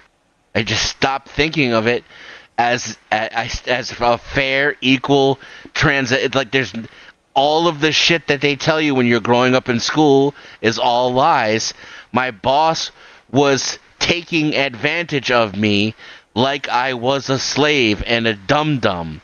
And once I thought of it that way and I started taking advantage of him, none of the other stuff bothered me anymore. I learned to trade the stock market while my boss paid for it. I had a guy who used to work for me at a company. He got fired. I hired him to do IT shit on the side while I was still working at the same company where I was his manager. So I'd be taking calls from my customers at work and sending him out to do the jobs and giving him half the money. Out of my boss's fucking call center. He'd be getting paid instead of your company for the work. Well, I had to split it with the dude because I can't be in two places at the same time. But you get a couple of those dudes, then you can get a bunch more money. Yeah, and I also raised my prices, right, to compensate for the dude. Because the other part of that is you have to stop thinking of customers like they're your friends too. They're not. My customer is my friend. I got a text message last week, and it was one of my clients I've seen for 18 years or longer actually, and he sent me pictures of these big boxes of yarn that he saw at an estate sale, and he's like, do you want any of this yarn? It's 50-50 wool acrylic. And I said, how much? And he said, they're $5 each. And I said, yeah, I want those. So he's bringing, I'll see him on Thursday, Nice. 2 big boxes of yarn for $10. Nice. Yeah. You do what you love with people you have positive relationships with, though. That's how to win at life, right? Like corporate America is not that. It's not that. There have been some tricky relationships, but yeah, mostly people are happy to see me and I'm happy to see them. Dennis, you envy Annie, but Annie has to get a job because she hasn't been making enough money, though. Yeah, I only made $1,400 last month, so. And you know, I mean, I think that's a consequence of our failing society, because people like you, who do something that they're actually good at and actually passionate about, can't make a living wage. You know, and that does not surprise me at all. And this is I started my first computer company when I was 16 years old, and I didn't make any fucking money. And I quit because I wasn't making enough money, but I forgot the whole reason I started the company to begin with. It was so I could be my own boss, right? Like, if I could go back and just keep grinding away at doing it my way, but living with less, I would have. But then I learned another lesson when I did it later in life. You don't not have a boss when you own your own company. You have 30 fucking... Yeah, you get 30 of those motherfuckers. Now the customers are your boss, and that's worse. It's way worse. So you got to be in a position where you're financially independent, right? And you can pick and choose the customers that you have. That's how you can do something you're passionate about. Is if you don't need the money, or you charge so much, and what you do is so valued that even if you pick and choose, just getting one customer here or there pays for all your needs. I can envision myself like real estate. Yeah, I can envision myself like having a farm, growing half of my food, cutting my food costs in half, being off grid, so cutting my energy costs in half, and owning it outright, so now I'm paying taxes instead of rent, and so that my monthly nut, as it's called, would be so low that I could just work on custom cars or build custom guitars for a living. And if I didn't like somebody and they were a pain in the ass to work with, I could just tell them to fuck off. You can't do that realistically in capitalism. You have to take somebody else's shit and they brainwash you and call it voluntary. I don't want to get it off on a 20-minute rant. No, go for it. Hopefully, I get better information. Go for it. Yeah, we got 20 minutes left. Well, I mean, for me, I started making more money and making better business relationships when I changed my mindset. I just stopped thinking of it as like work ethic, right? Like my father was born in the 30s. He came from a different America. He taught me about working hard, being honest, having integrity, and for him, his most important lesson for me was that your name follows you everywhere you go. So build a good reputation for yourself. Be the kind of man that people honor. And so I carried my ethics and my principles into corporate America, and it was a fucking nightmare. I wanted to kill myself because there are no principles and ethics in corporate America. It's the opposite. It's a race to the bottom. And it doesn't matter what you're doing. It could be, you could be working at Apple, you could be working at Exxon, or you could be answering the phone for a living at some shitty fucking call center like I was. And once I stopped bucking the system, it immediately made things easier for me. Then I even started to gain a perspective.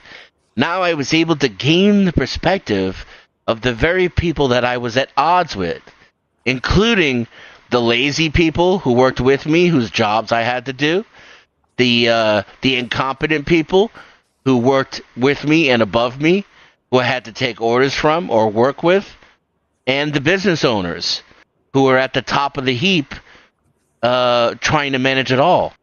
And I realized certain things which are ugly truths. I don't think they have to be true, but they are what they are, and I can't change them. For example, when I became a manager, I realized the guy who was awesome at his job and knew all the things, he was my biggest pain in my ass. And I had this incompetent dude who didn't know what he was doing.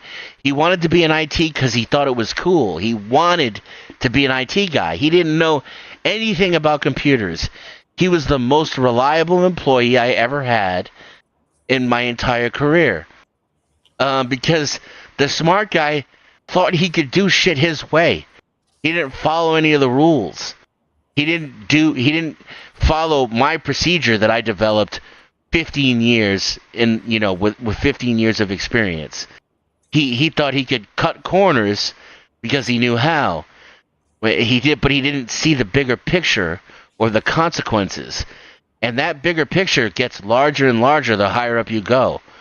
Your boss, who's probably a stupid, greedy, opportunistic motherfucker, he doesn't have much choice. He lives in this America too.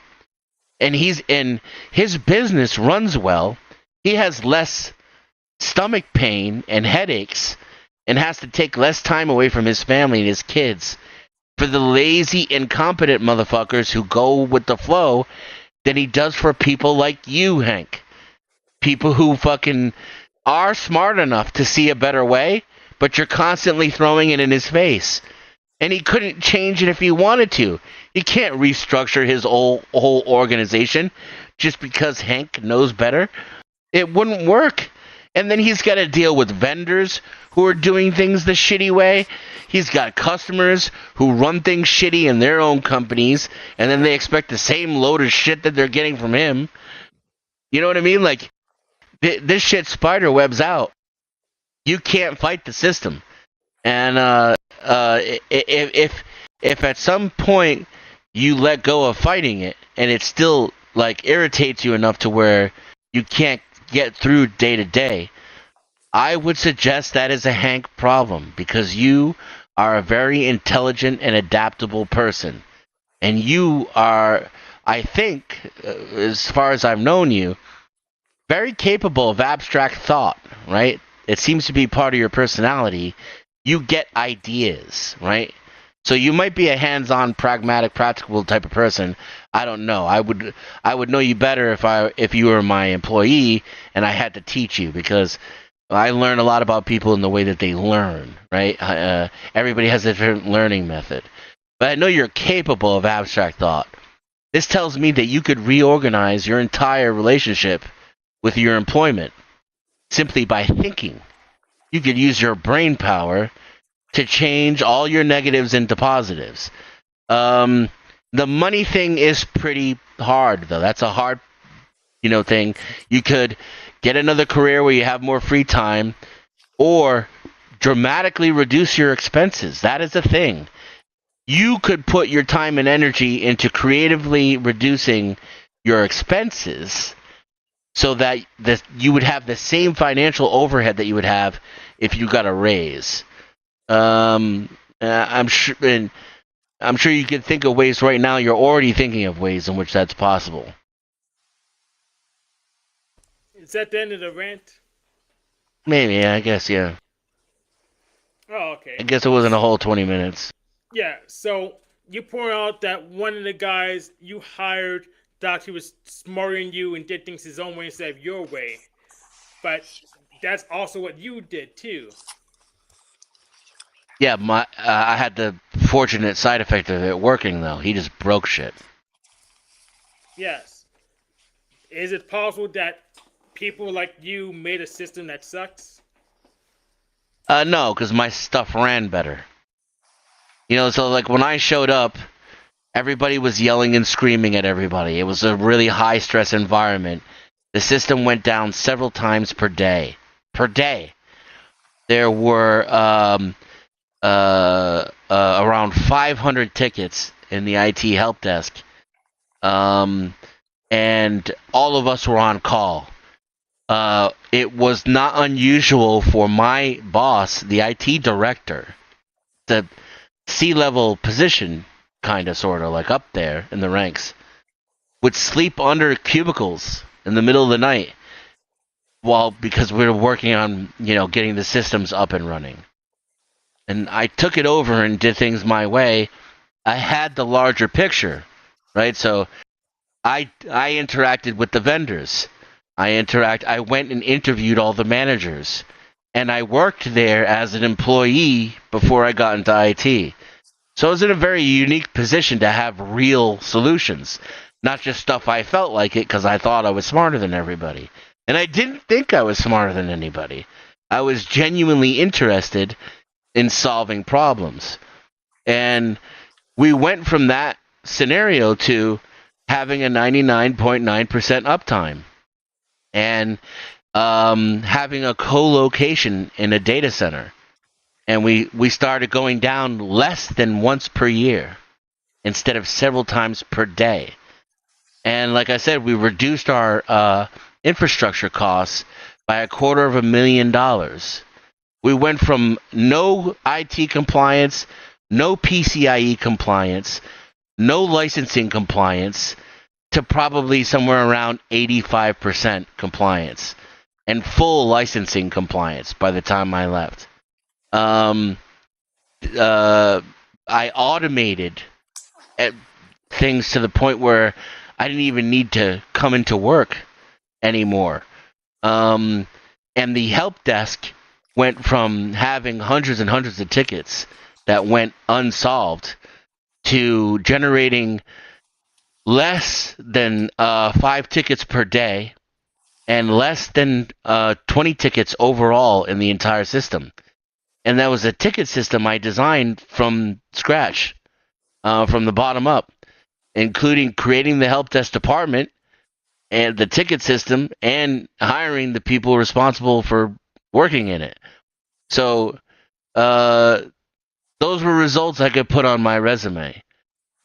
Not the same as the kid who's 22, has no previous experience in IT, never worked in a call center, but he's a computer nerd and he knows a lot. He knows how to fix computers. That's why I hired him. I tested him and he passed.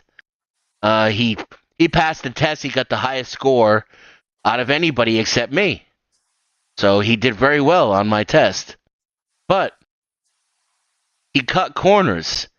He didn't follow the procedures that I put in place in order to prevent things from failing, in order to create scalability and redundancy. He just did things to get them working in the time being, so that he could get the person off of his back instead of actually fixing the problem. Band-aid after band-aid after band-aid, basically. That's how I should put it. And so what happens then, when you do that for long enough, first of all, you haven't fixed the original problem.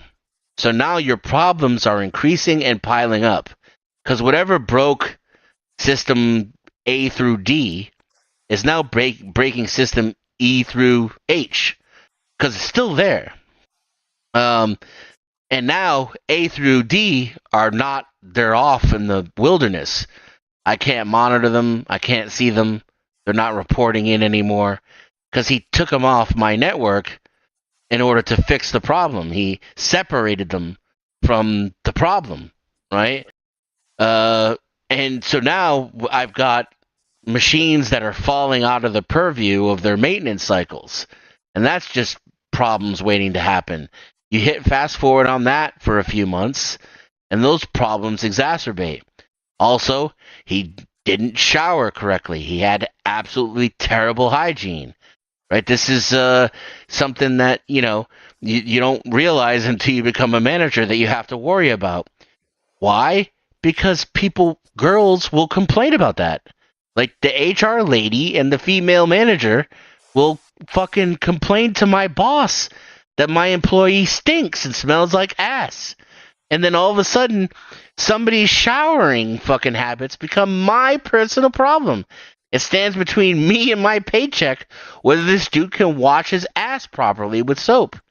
He had attendance issues, and God forbid I needed somebody to work extra. Well, then, I could go fuck myself, right? That was not out of the question because of his personality and his mentality.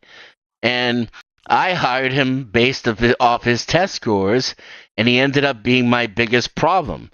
And the dude who scored toward the bottom and almost didn't make it when out of his test was my most reliable employee. He worked weekends and holidays if I needed him to. He always followed the manual and the procedure. You know why? He didn't know how not to. It's the only way he could fix shit was by following the shit that I spent weeks writing out. I created the IT policies and the how-to manuals, and I hand wrote that shit at my desk using my computer, and he had no choice but to follow that stuff. And if I was in a pinch and there was an emergency, and I needed to send somebody in order to get something reliably done, this is the choice I have to make. Do I send the guy who understands the underlying infrastructure because he might be able to solve the problem faster? Or do I send the guy who's going to be me, part 2, right?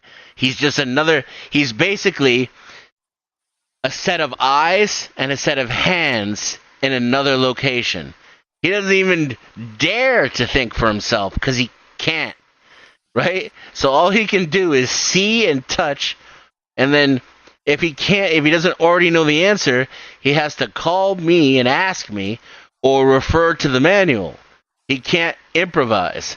And that dude ended up being way more reliable. And now, because the whole reason I hired him was because I can't do his job, and the dude who didn't wash his ass's job, and the IT director's job, and the programmer's job, and my 3 jobs, and the manager's job all at the same time. I physically couldn't do it. He became a problem for me and my work because I still have my responsibilities. The CEO let me hire this guy to fix printers so that I could stop fixing printers and work on automating the phone scripts and correcting our licensing issues and making a database for the managers to share information in across different departments. Shit like this that only I can do, that the greasy guy can't do, and the reliable guy can't do. So he's fucking with that. Now I can't do my job. These are the things that become the reality when you're in a corporate infrastructure and you start to climb the ladder. You realize, like, people who complain less are worth more. And we're all rowing a shit turd up the same shit creek. It's none of us can stop that. None of us can clean up the shit.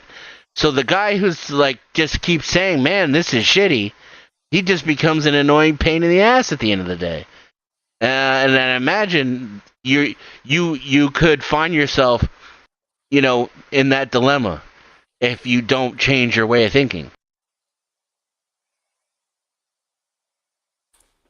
Yeah, I agree. But I just haven't found a way of thinking that's compatible with the system that doesn't debase myself or require a skill I don't know how to get. Computer stuff I can figure out. I just don't like. It's just annoying. But I could deal with it. This gets deceiving people. It's just not easy for me because it's the way I think. I like being able to do. I like actually implementing my promises or get at least 50% of my 50% either way on time estimates. Stop making promises. Right, so you don't have to lie, just don't tell the truth. There is a difference. I mean, I already know I do that, but that's the way things are going. I need to know a lot too. And as far as the debasement goes, that's a real issue. But like I said, that's a mind tweak. It's plan 5 in your 10-step plan, is allowing your employer to think he can debase you.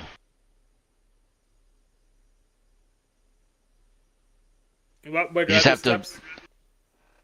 Well, that's a plan you're going to have to create, right? Like I said, for me personally, would be to get the fuck out of that place and trade stock options for a living.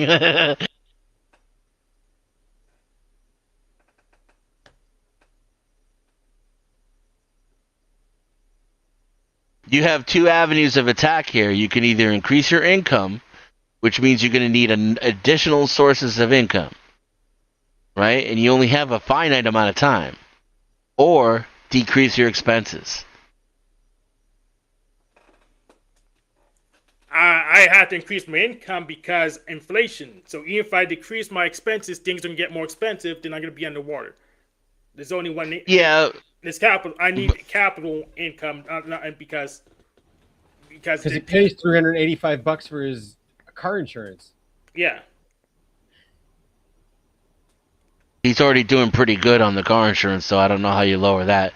Do you need to drive to work? How far is work? 20 minutes by car. So that's a yes. What kind of car do you have? What year? 2011 Hyundai Sonata. Yeah. So that's very economical. I was just getting it. I was trying to not talk about this, but I was just getting it inspected this week. And the damn Monroe keeps promising they'll go ahead and get the service they say needed, and they keep delaying the work and just putting it aside. And I actually called off for a whole week because of their incompetence. Do you live alone? Yes. Do you pay rent? Yes. Is it more than $1,000 a month? Slightly. That's going to be your biggest deal there. It's my biggest expense, but there's no thing like much less than this that are actually near anything. Pretty much that's pretty much the base just the minimum amount everyone pays in this area. So Yeah, Yeah, you're he's gonna gonna have take to out the move rate. farther away and save $300 to $500 a month. fuck that. I'm not driving 45 minutes to work again. Fuck that. Then this is the price you're paying for your current situation, I'm not driving which is not 45 minutes necessarily to work bad. again. That's retarded. I'm not doing it again. I hated driving 120 minutes to work to the other place I've worked. Hank, I'm not Hank, doing that again. listen, Hank. I'm not saying it's a bad decision. I'm just trying to get you to wrap your mind around the fact that you decided. You're trading a lot of this for that lack of commute. And I don't blame you, but keep that in mind. That's what you're paying for. This is why you're dealing with some of the stresses that you're dealing with, so that you don't have to deal with the stress of that 45-minute commute. Or a roommate. That was obvious. Roommate. Yeah. I mean, who? I don't really have many friends in meat space, and honestly, don't trust most of the panelist people at all. I mean, Do someone Do you have who more needs than a- one bedroom? No. Well, you can always make the living room to another bedroom, but still, I do not have more than one bedroom. At least per floor Yeah. plan. I'm telling you, literally, what I would be doing is looking to change to a career where I have more free time at work, and looking to move someplace where the rent is much, much cheaper. Because you can rent a house anywhere in America for under $1,000. It just depends on how far away from the city you want to move. Even San Diego. I mean, I can look. The thing is, Dennis and Richard Nine saying, I'm not good at the lying part. I don't have enough FE to lie the way people like to be lied to. I don't know why people don't understand this, but I keep telling them directly. They'd rather argue with I'm my like type. that too. They'd rather argue No. with my damn type than just accept what the damn results. No. I'm like that too. I'm saying you need to stop being so communicative, right? Like, you can avoid lying by withholding. I don't know if he can. Exactly. So Yeah. I know I already have that skill. I can withhold information, but that's not what. That's We're not putting me. you under Are the you saying spotlight you here, can't Hank. work on your own shit at the same time as you're working somewhere else? Is that what you're saying? No, that's possible in certain jobs. I just haven't had a job like that yet. So Yeah. Yeah, which part is that you're saying you wouldn't be able to do as far as lying though? the lies needed to get in now. You mean into a new job? Yeah, I'm not good at the lies needed to get into a new job. I don't know how far you can stretch the truth or what the metrics mean or whatever. I don't have that. So that's a good point. I was the same way. I think you can still do it. It just might take longer and be harder. Okay, how do I train to do it? Just don't lie. Just be honest. Be honest Give him about a your job interview. capabilities. Anderson, give him a job. Give him a job interview. Okay. Well, yeah. I mean, do you want to do IT? Yeah, I'll be interested in that opportunity. All right. Well, why? What interests you about it? So I like designing and implementing and testing things to see what's the best way to do things. It's just a thing I do, that like optimization. That's a good answer. How do you feel about like attention to detail? Are you strong in your attention to detail? Now I've been kind of weak in attention to detail, but I've been learning to double check and make sure it actually works. Verification. I'm increasing verification. I'm using chatbots to help me verify things. Good adaptation. So, give me an example of how you use verification to compensate for your lack of attention to detail on a daily basis, or in your regular life. Oh, for example, I keep keys on a end table so I can easily verify that I have my keys before I go out, so I never lock myself out. It's a good one. And can you give me another example that involves technology or a computer? Yes. So, I do. That's a good one. So whenever I set up my streams, I actually verified that I could see my mic, give me the volume back before I start, so people can hear me. I watched the bubbles. All right. So how do you feel about checklists? I made a few of them. I like. So I mean, I gotta tell you, I'm not lying. I've hired people before. I already like you. I probably would already hire you. Now, here's the thing. The fact that you rock back and forth in your chair and you don't make eye contact, I like that. I don't give a fuck. That may be a problem for some people. But here's the thing. I told you it might be harder and take longer. You just might have to find the dude like me who will appreciate what you bring to the table. A lot of these IT jobs, you're going to be talking to an HR lady who can't even appreciate your answers and realize how valuable you are. That's going to be 80% of your interviews are you're fucking worthless, right? So it's about persistence. Um,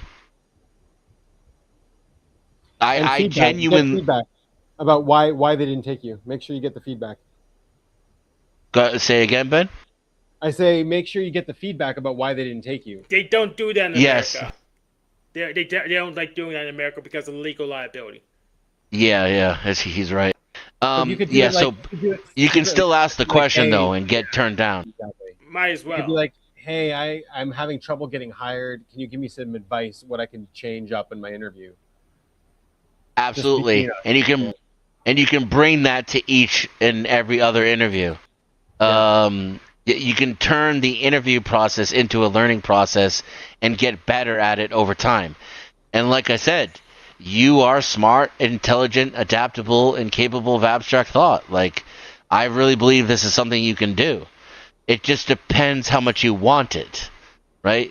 You are going to have to be highly motivated because things are going to be harder for you than they are for other people.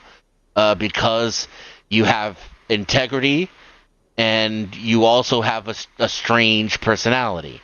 So, in order to maintain your integrity, you're already going to be not like most other motherfuckers. If you were a normie or you didn't have any integrity, that would automatically make all these things easier. But they're not impossible. Like I'm black pilled, I still had a successful career. So it can be done. I dropped. I'm a junior high school dropout. I just stopped putting the education section on my resume. You'd be surprised how many people don't bother to ask. They just assume, especially if you're articulate and you have experience and you know what you're talking about. I need water. I'm getting nauseous from Yeah, you're good. not drinking water all day. I'll be back. What are you doing? A air How you fast? feeling, Hank? How you feeling, Hank? You feeling okay? Being under the spotlight? I'm okay with the spotlight. I've been doing Yeah. this past for like 4 years now. I'm okay with Yeah. the spotlight. I'm fine with hearing my voice. Okay. Good host without you. Oh, you want me to leave? No. You said you. I thought you were on vacation this week. That's why I just yeah. said, oh, well, I better just start the show. I have someone here. Yeah. You're good, man. So it's next week. Next week and week after. Yeah, next right? 2 weeks. Right. But I'm hoping I can jump on. Yeah, I'd be fine.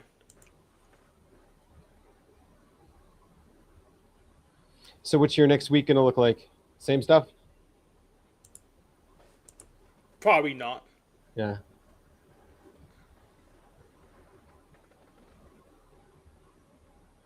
How about you, Annie? What's your week going to look like? Well, I've Getting a been job. getting a job or like continuing to apply. Yeah. Until I find something that works. I think you'll get the one that's next door. I think you will. I really hope so. Like, yeah, and I even I'm feeling like I probably will, and so I even went into the drawer and found my social security card to take to Oh, nice. the interview. You know, in case they And they're want. looking for people, right? Yeah, they're actually hiring. Yeah. Yeah. I mean, they'd be fools not to hire you. Yeah, I think so because I know I would do a good job, and And I there's mean, a lot of idiots out there, yeah. and it's chores. I like Right. doing chores. So it's And not a perfect. lot of people like that. So Yeah. I tolerate doing chores. I'm not sure. I don't think I like them, but I can do them at least. And then I guess my biggest anxiety is not Hazel listening to books. adjusting No. to the new. Huh? I was gonna say not being able to listen to books while you're doing the chores. They might let me, like in the laundry Yeah, room. yeah. I don't see why they wouldn't, but adjusting Hazel to the new situation, and I've already talked to Russ about it, and he agreed that possibly for those 2 days a week, he could leave the other dog here, leave Poppy here with Hazel, and then she would. I just don't usually leave her alone for a whole 8 hours. I mean, if you're that close, you could probably just jump home for lunch. I could. It would still be an adjustment because the lunch is probably 45 minutes. And so I get here and then hang out with her for 30 minutes and then say, like, oh, I'm leaving again. And I don't think she'll like it, but probably not. But she's Still a dog. So I need that money so I can feed her and give her haircuts. Right.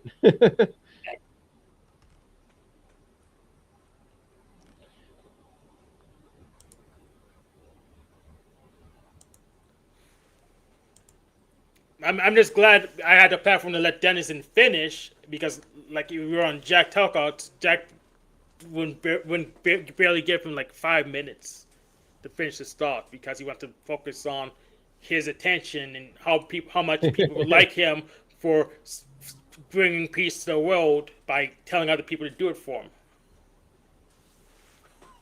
You should show him all of the times I tore into him, even not knowing him. No. Make him my rival.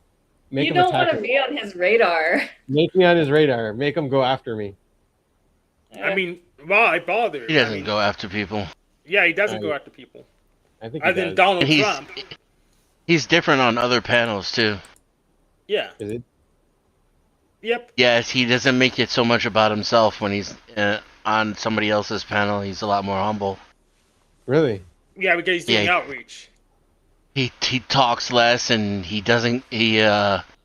When people say stupid shit, he finds it entertaining instead of like infuriating.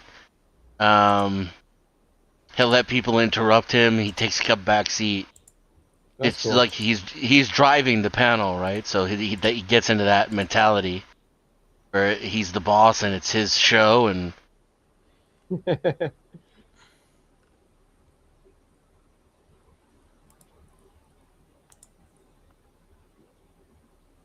I used to do that too, and I didn't like change who I am.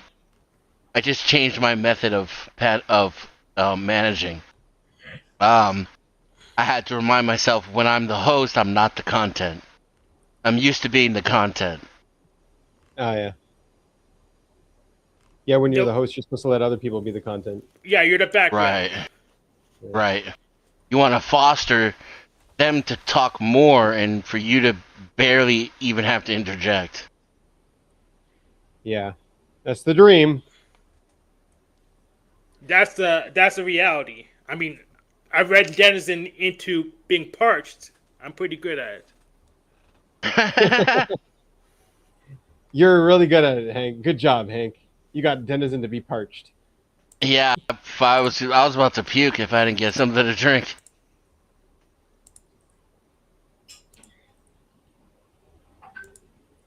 Yeah. Well, it's about that time, guys. Mm-hmm. Thanks for coming on, and it's fun times. Yeah, maybe we'll see you next week or sometime. Yeah, I hope so. Yeah. At least, yeah, after 2 weeks at least, but hopefully before. All right. Bye, everybody. Good one. Bye, guys. Peace. See ya.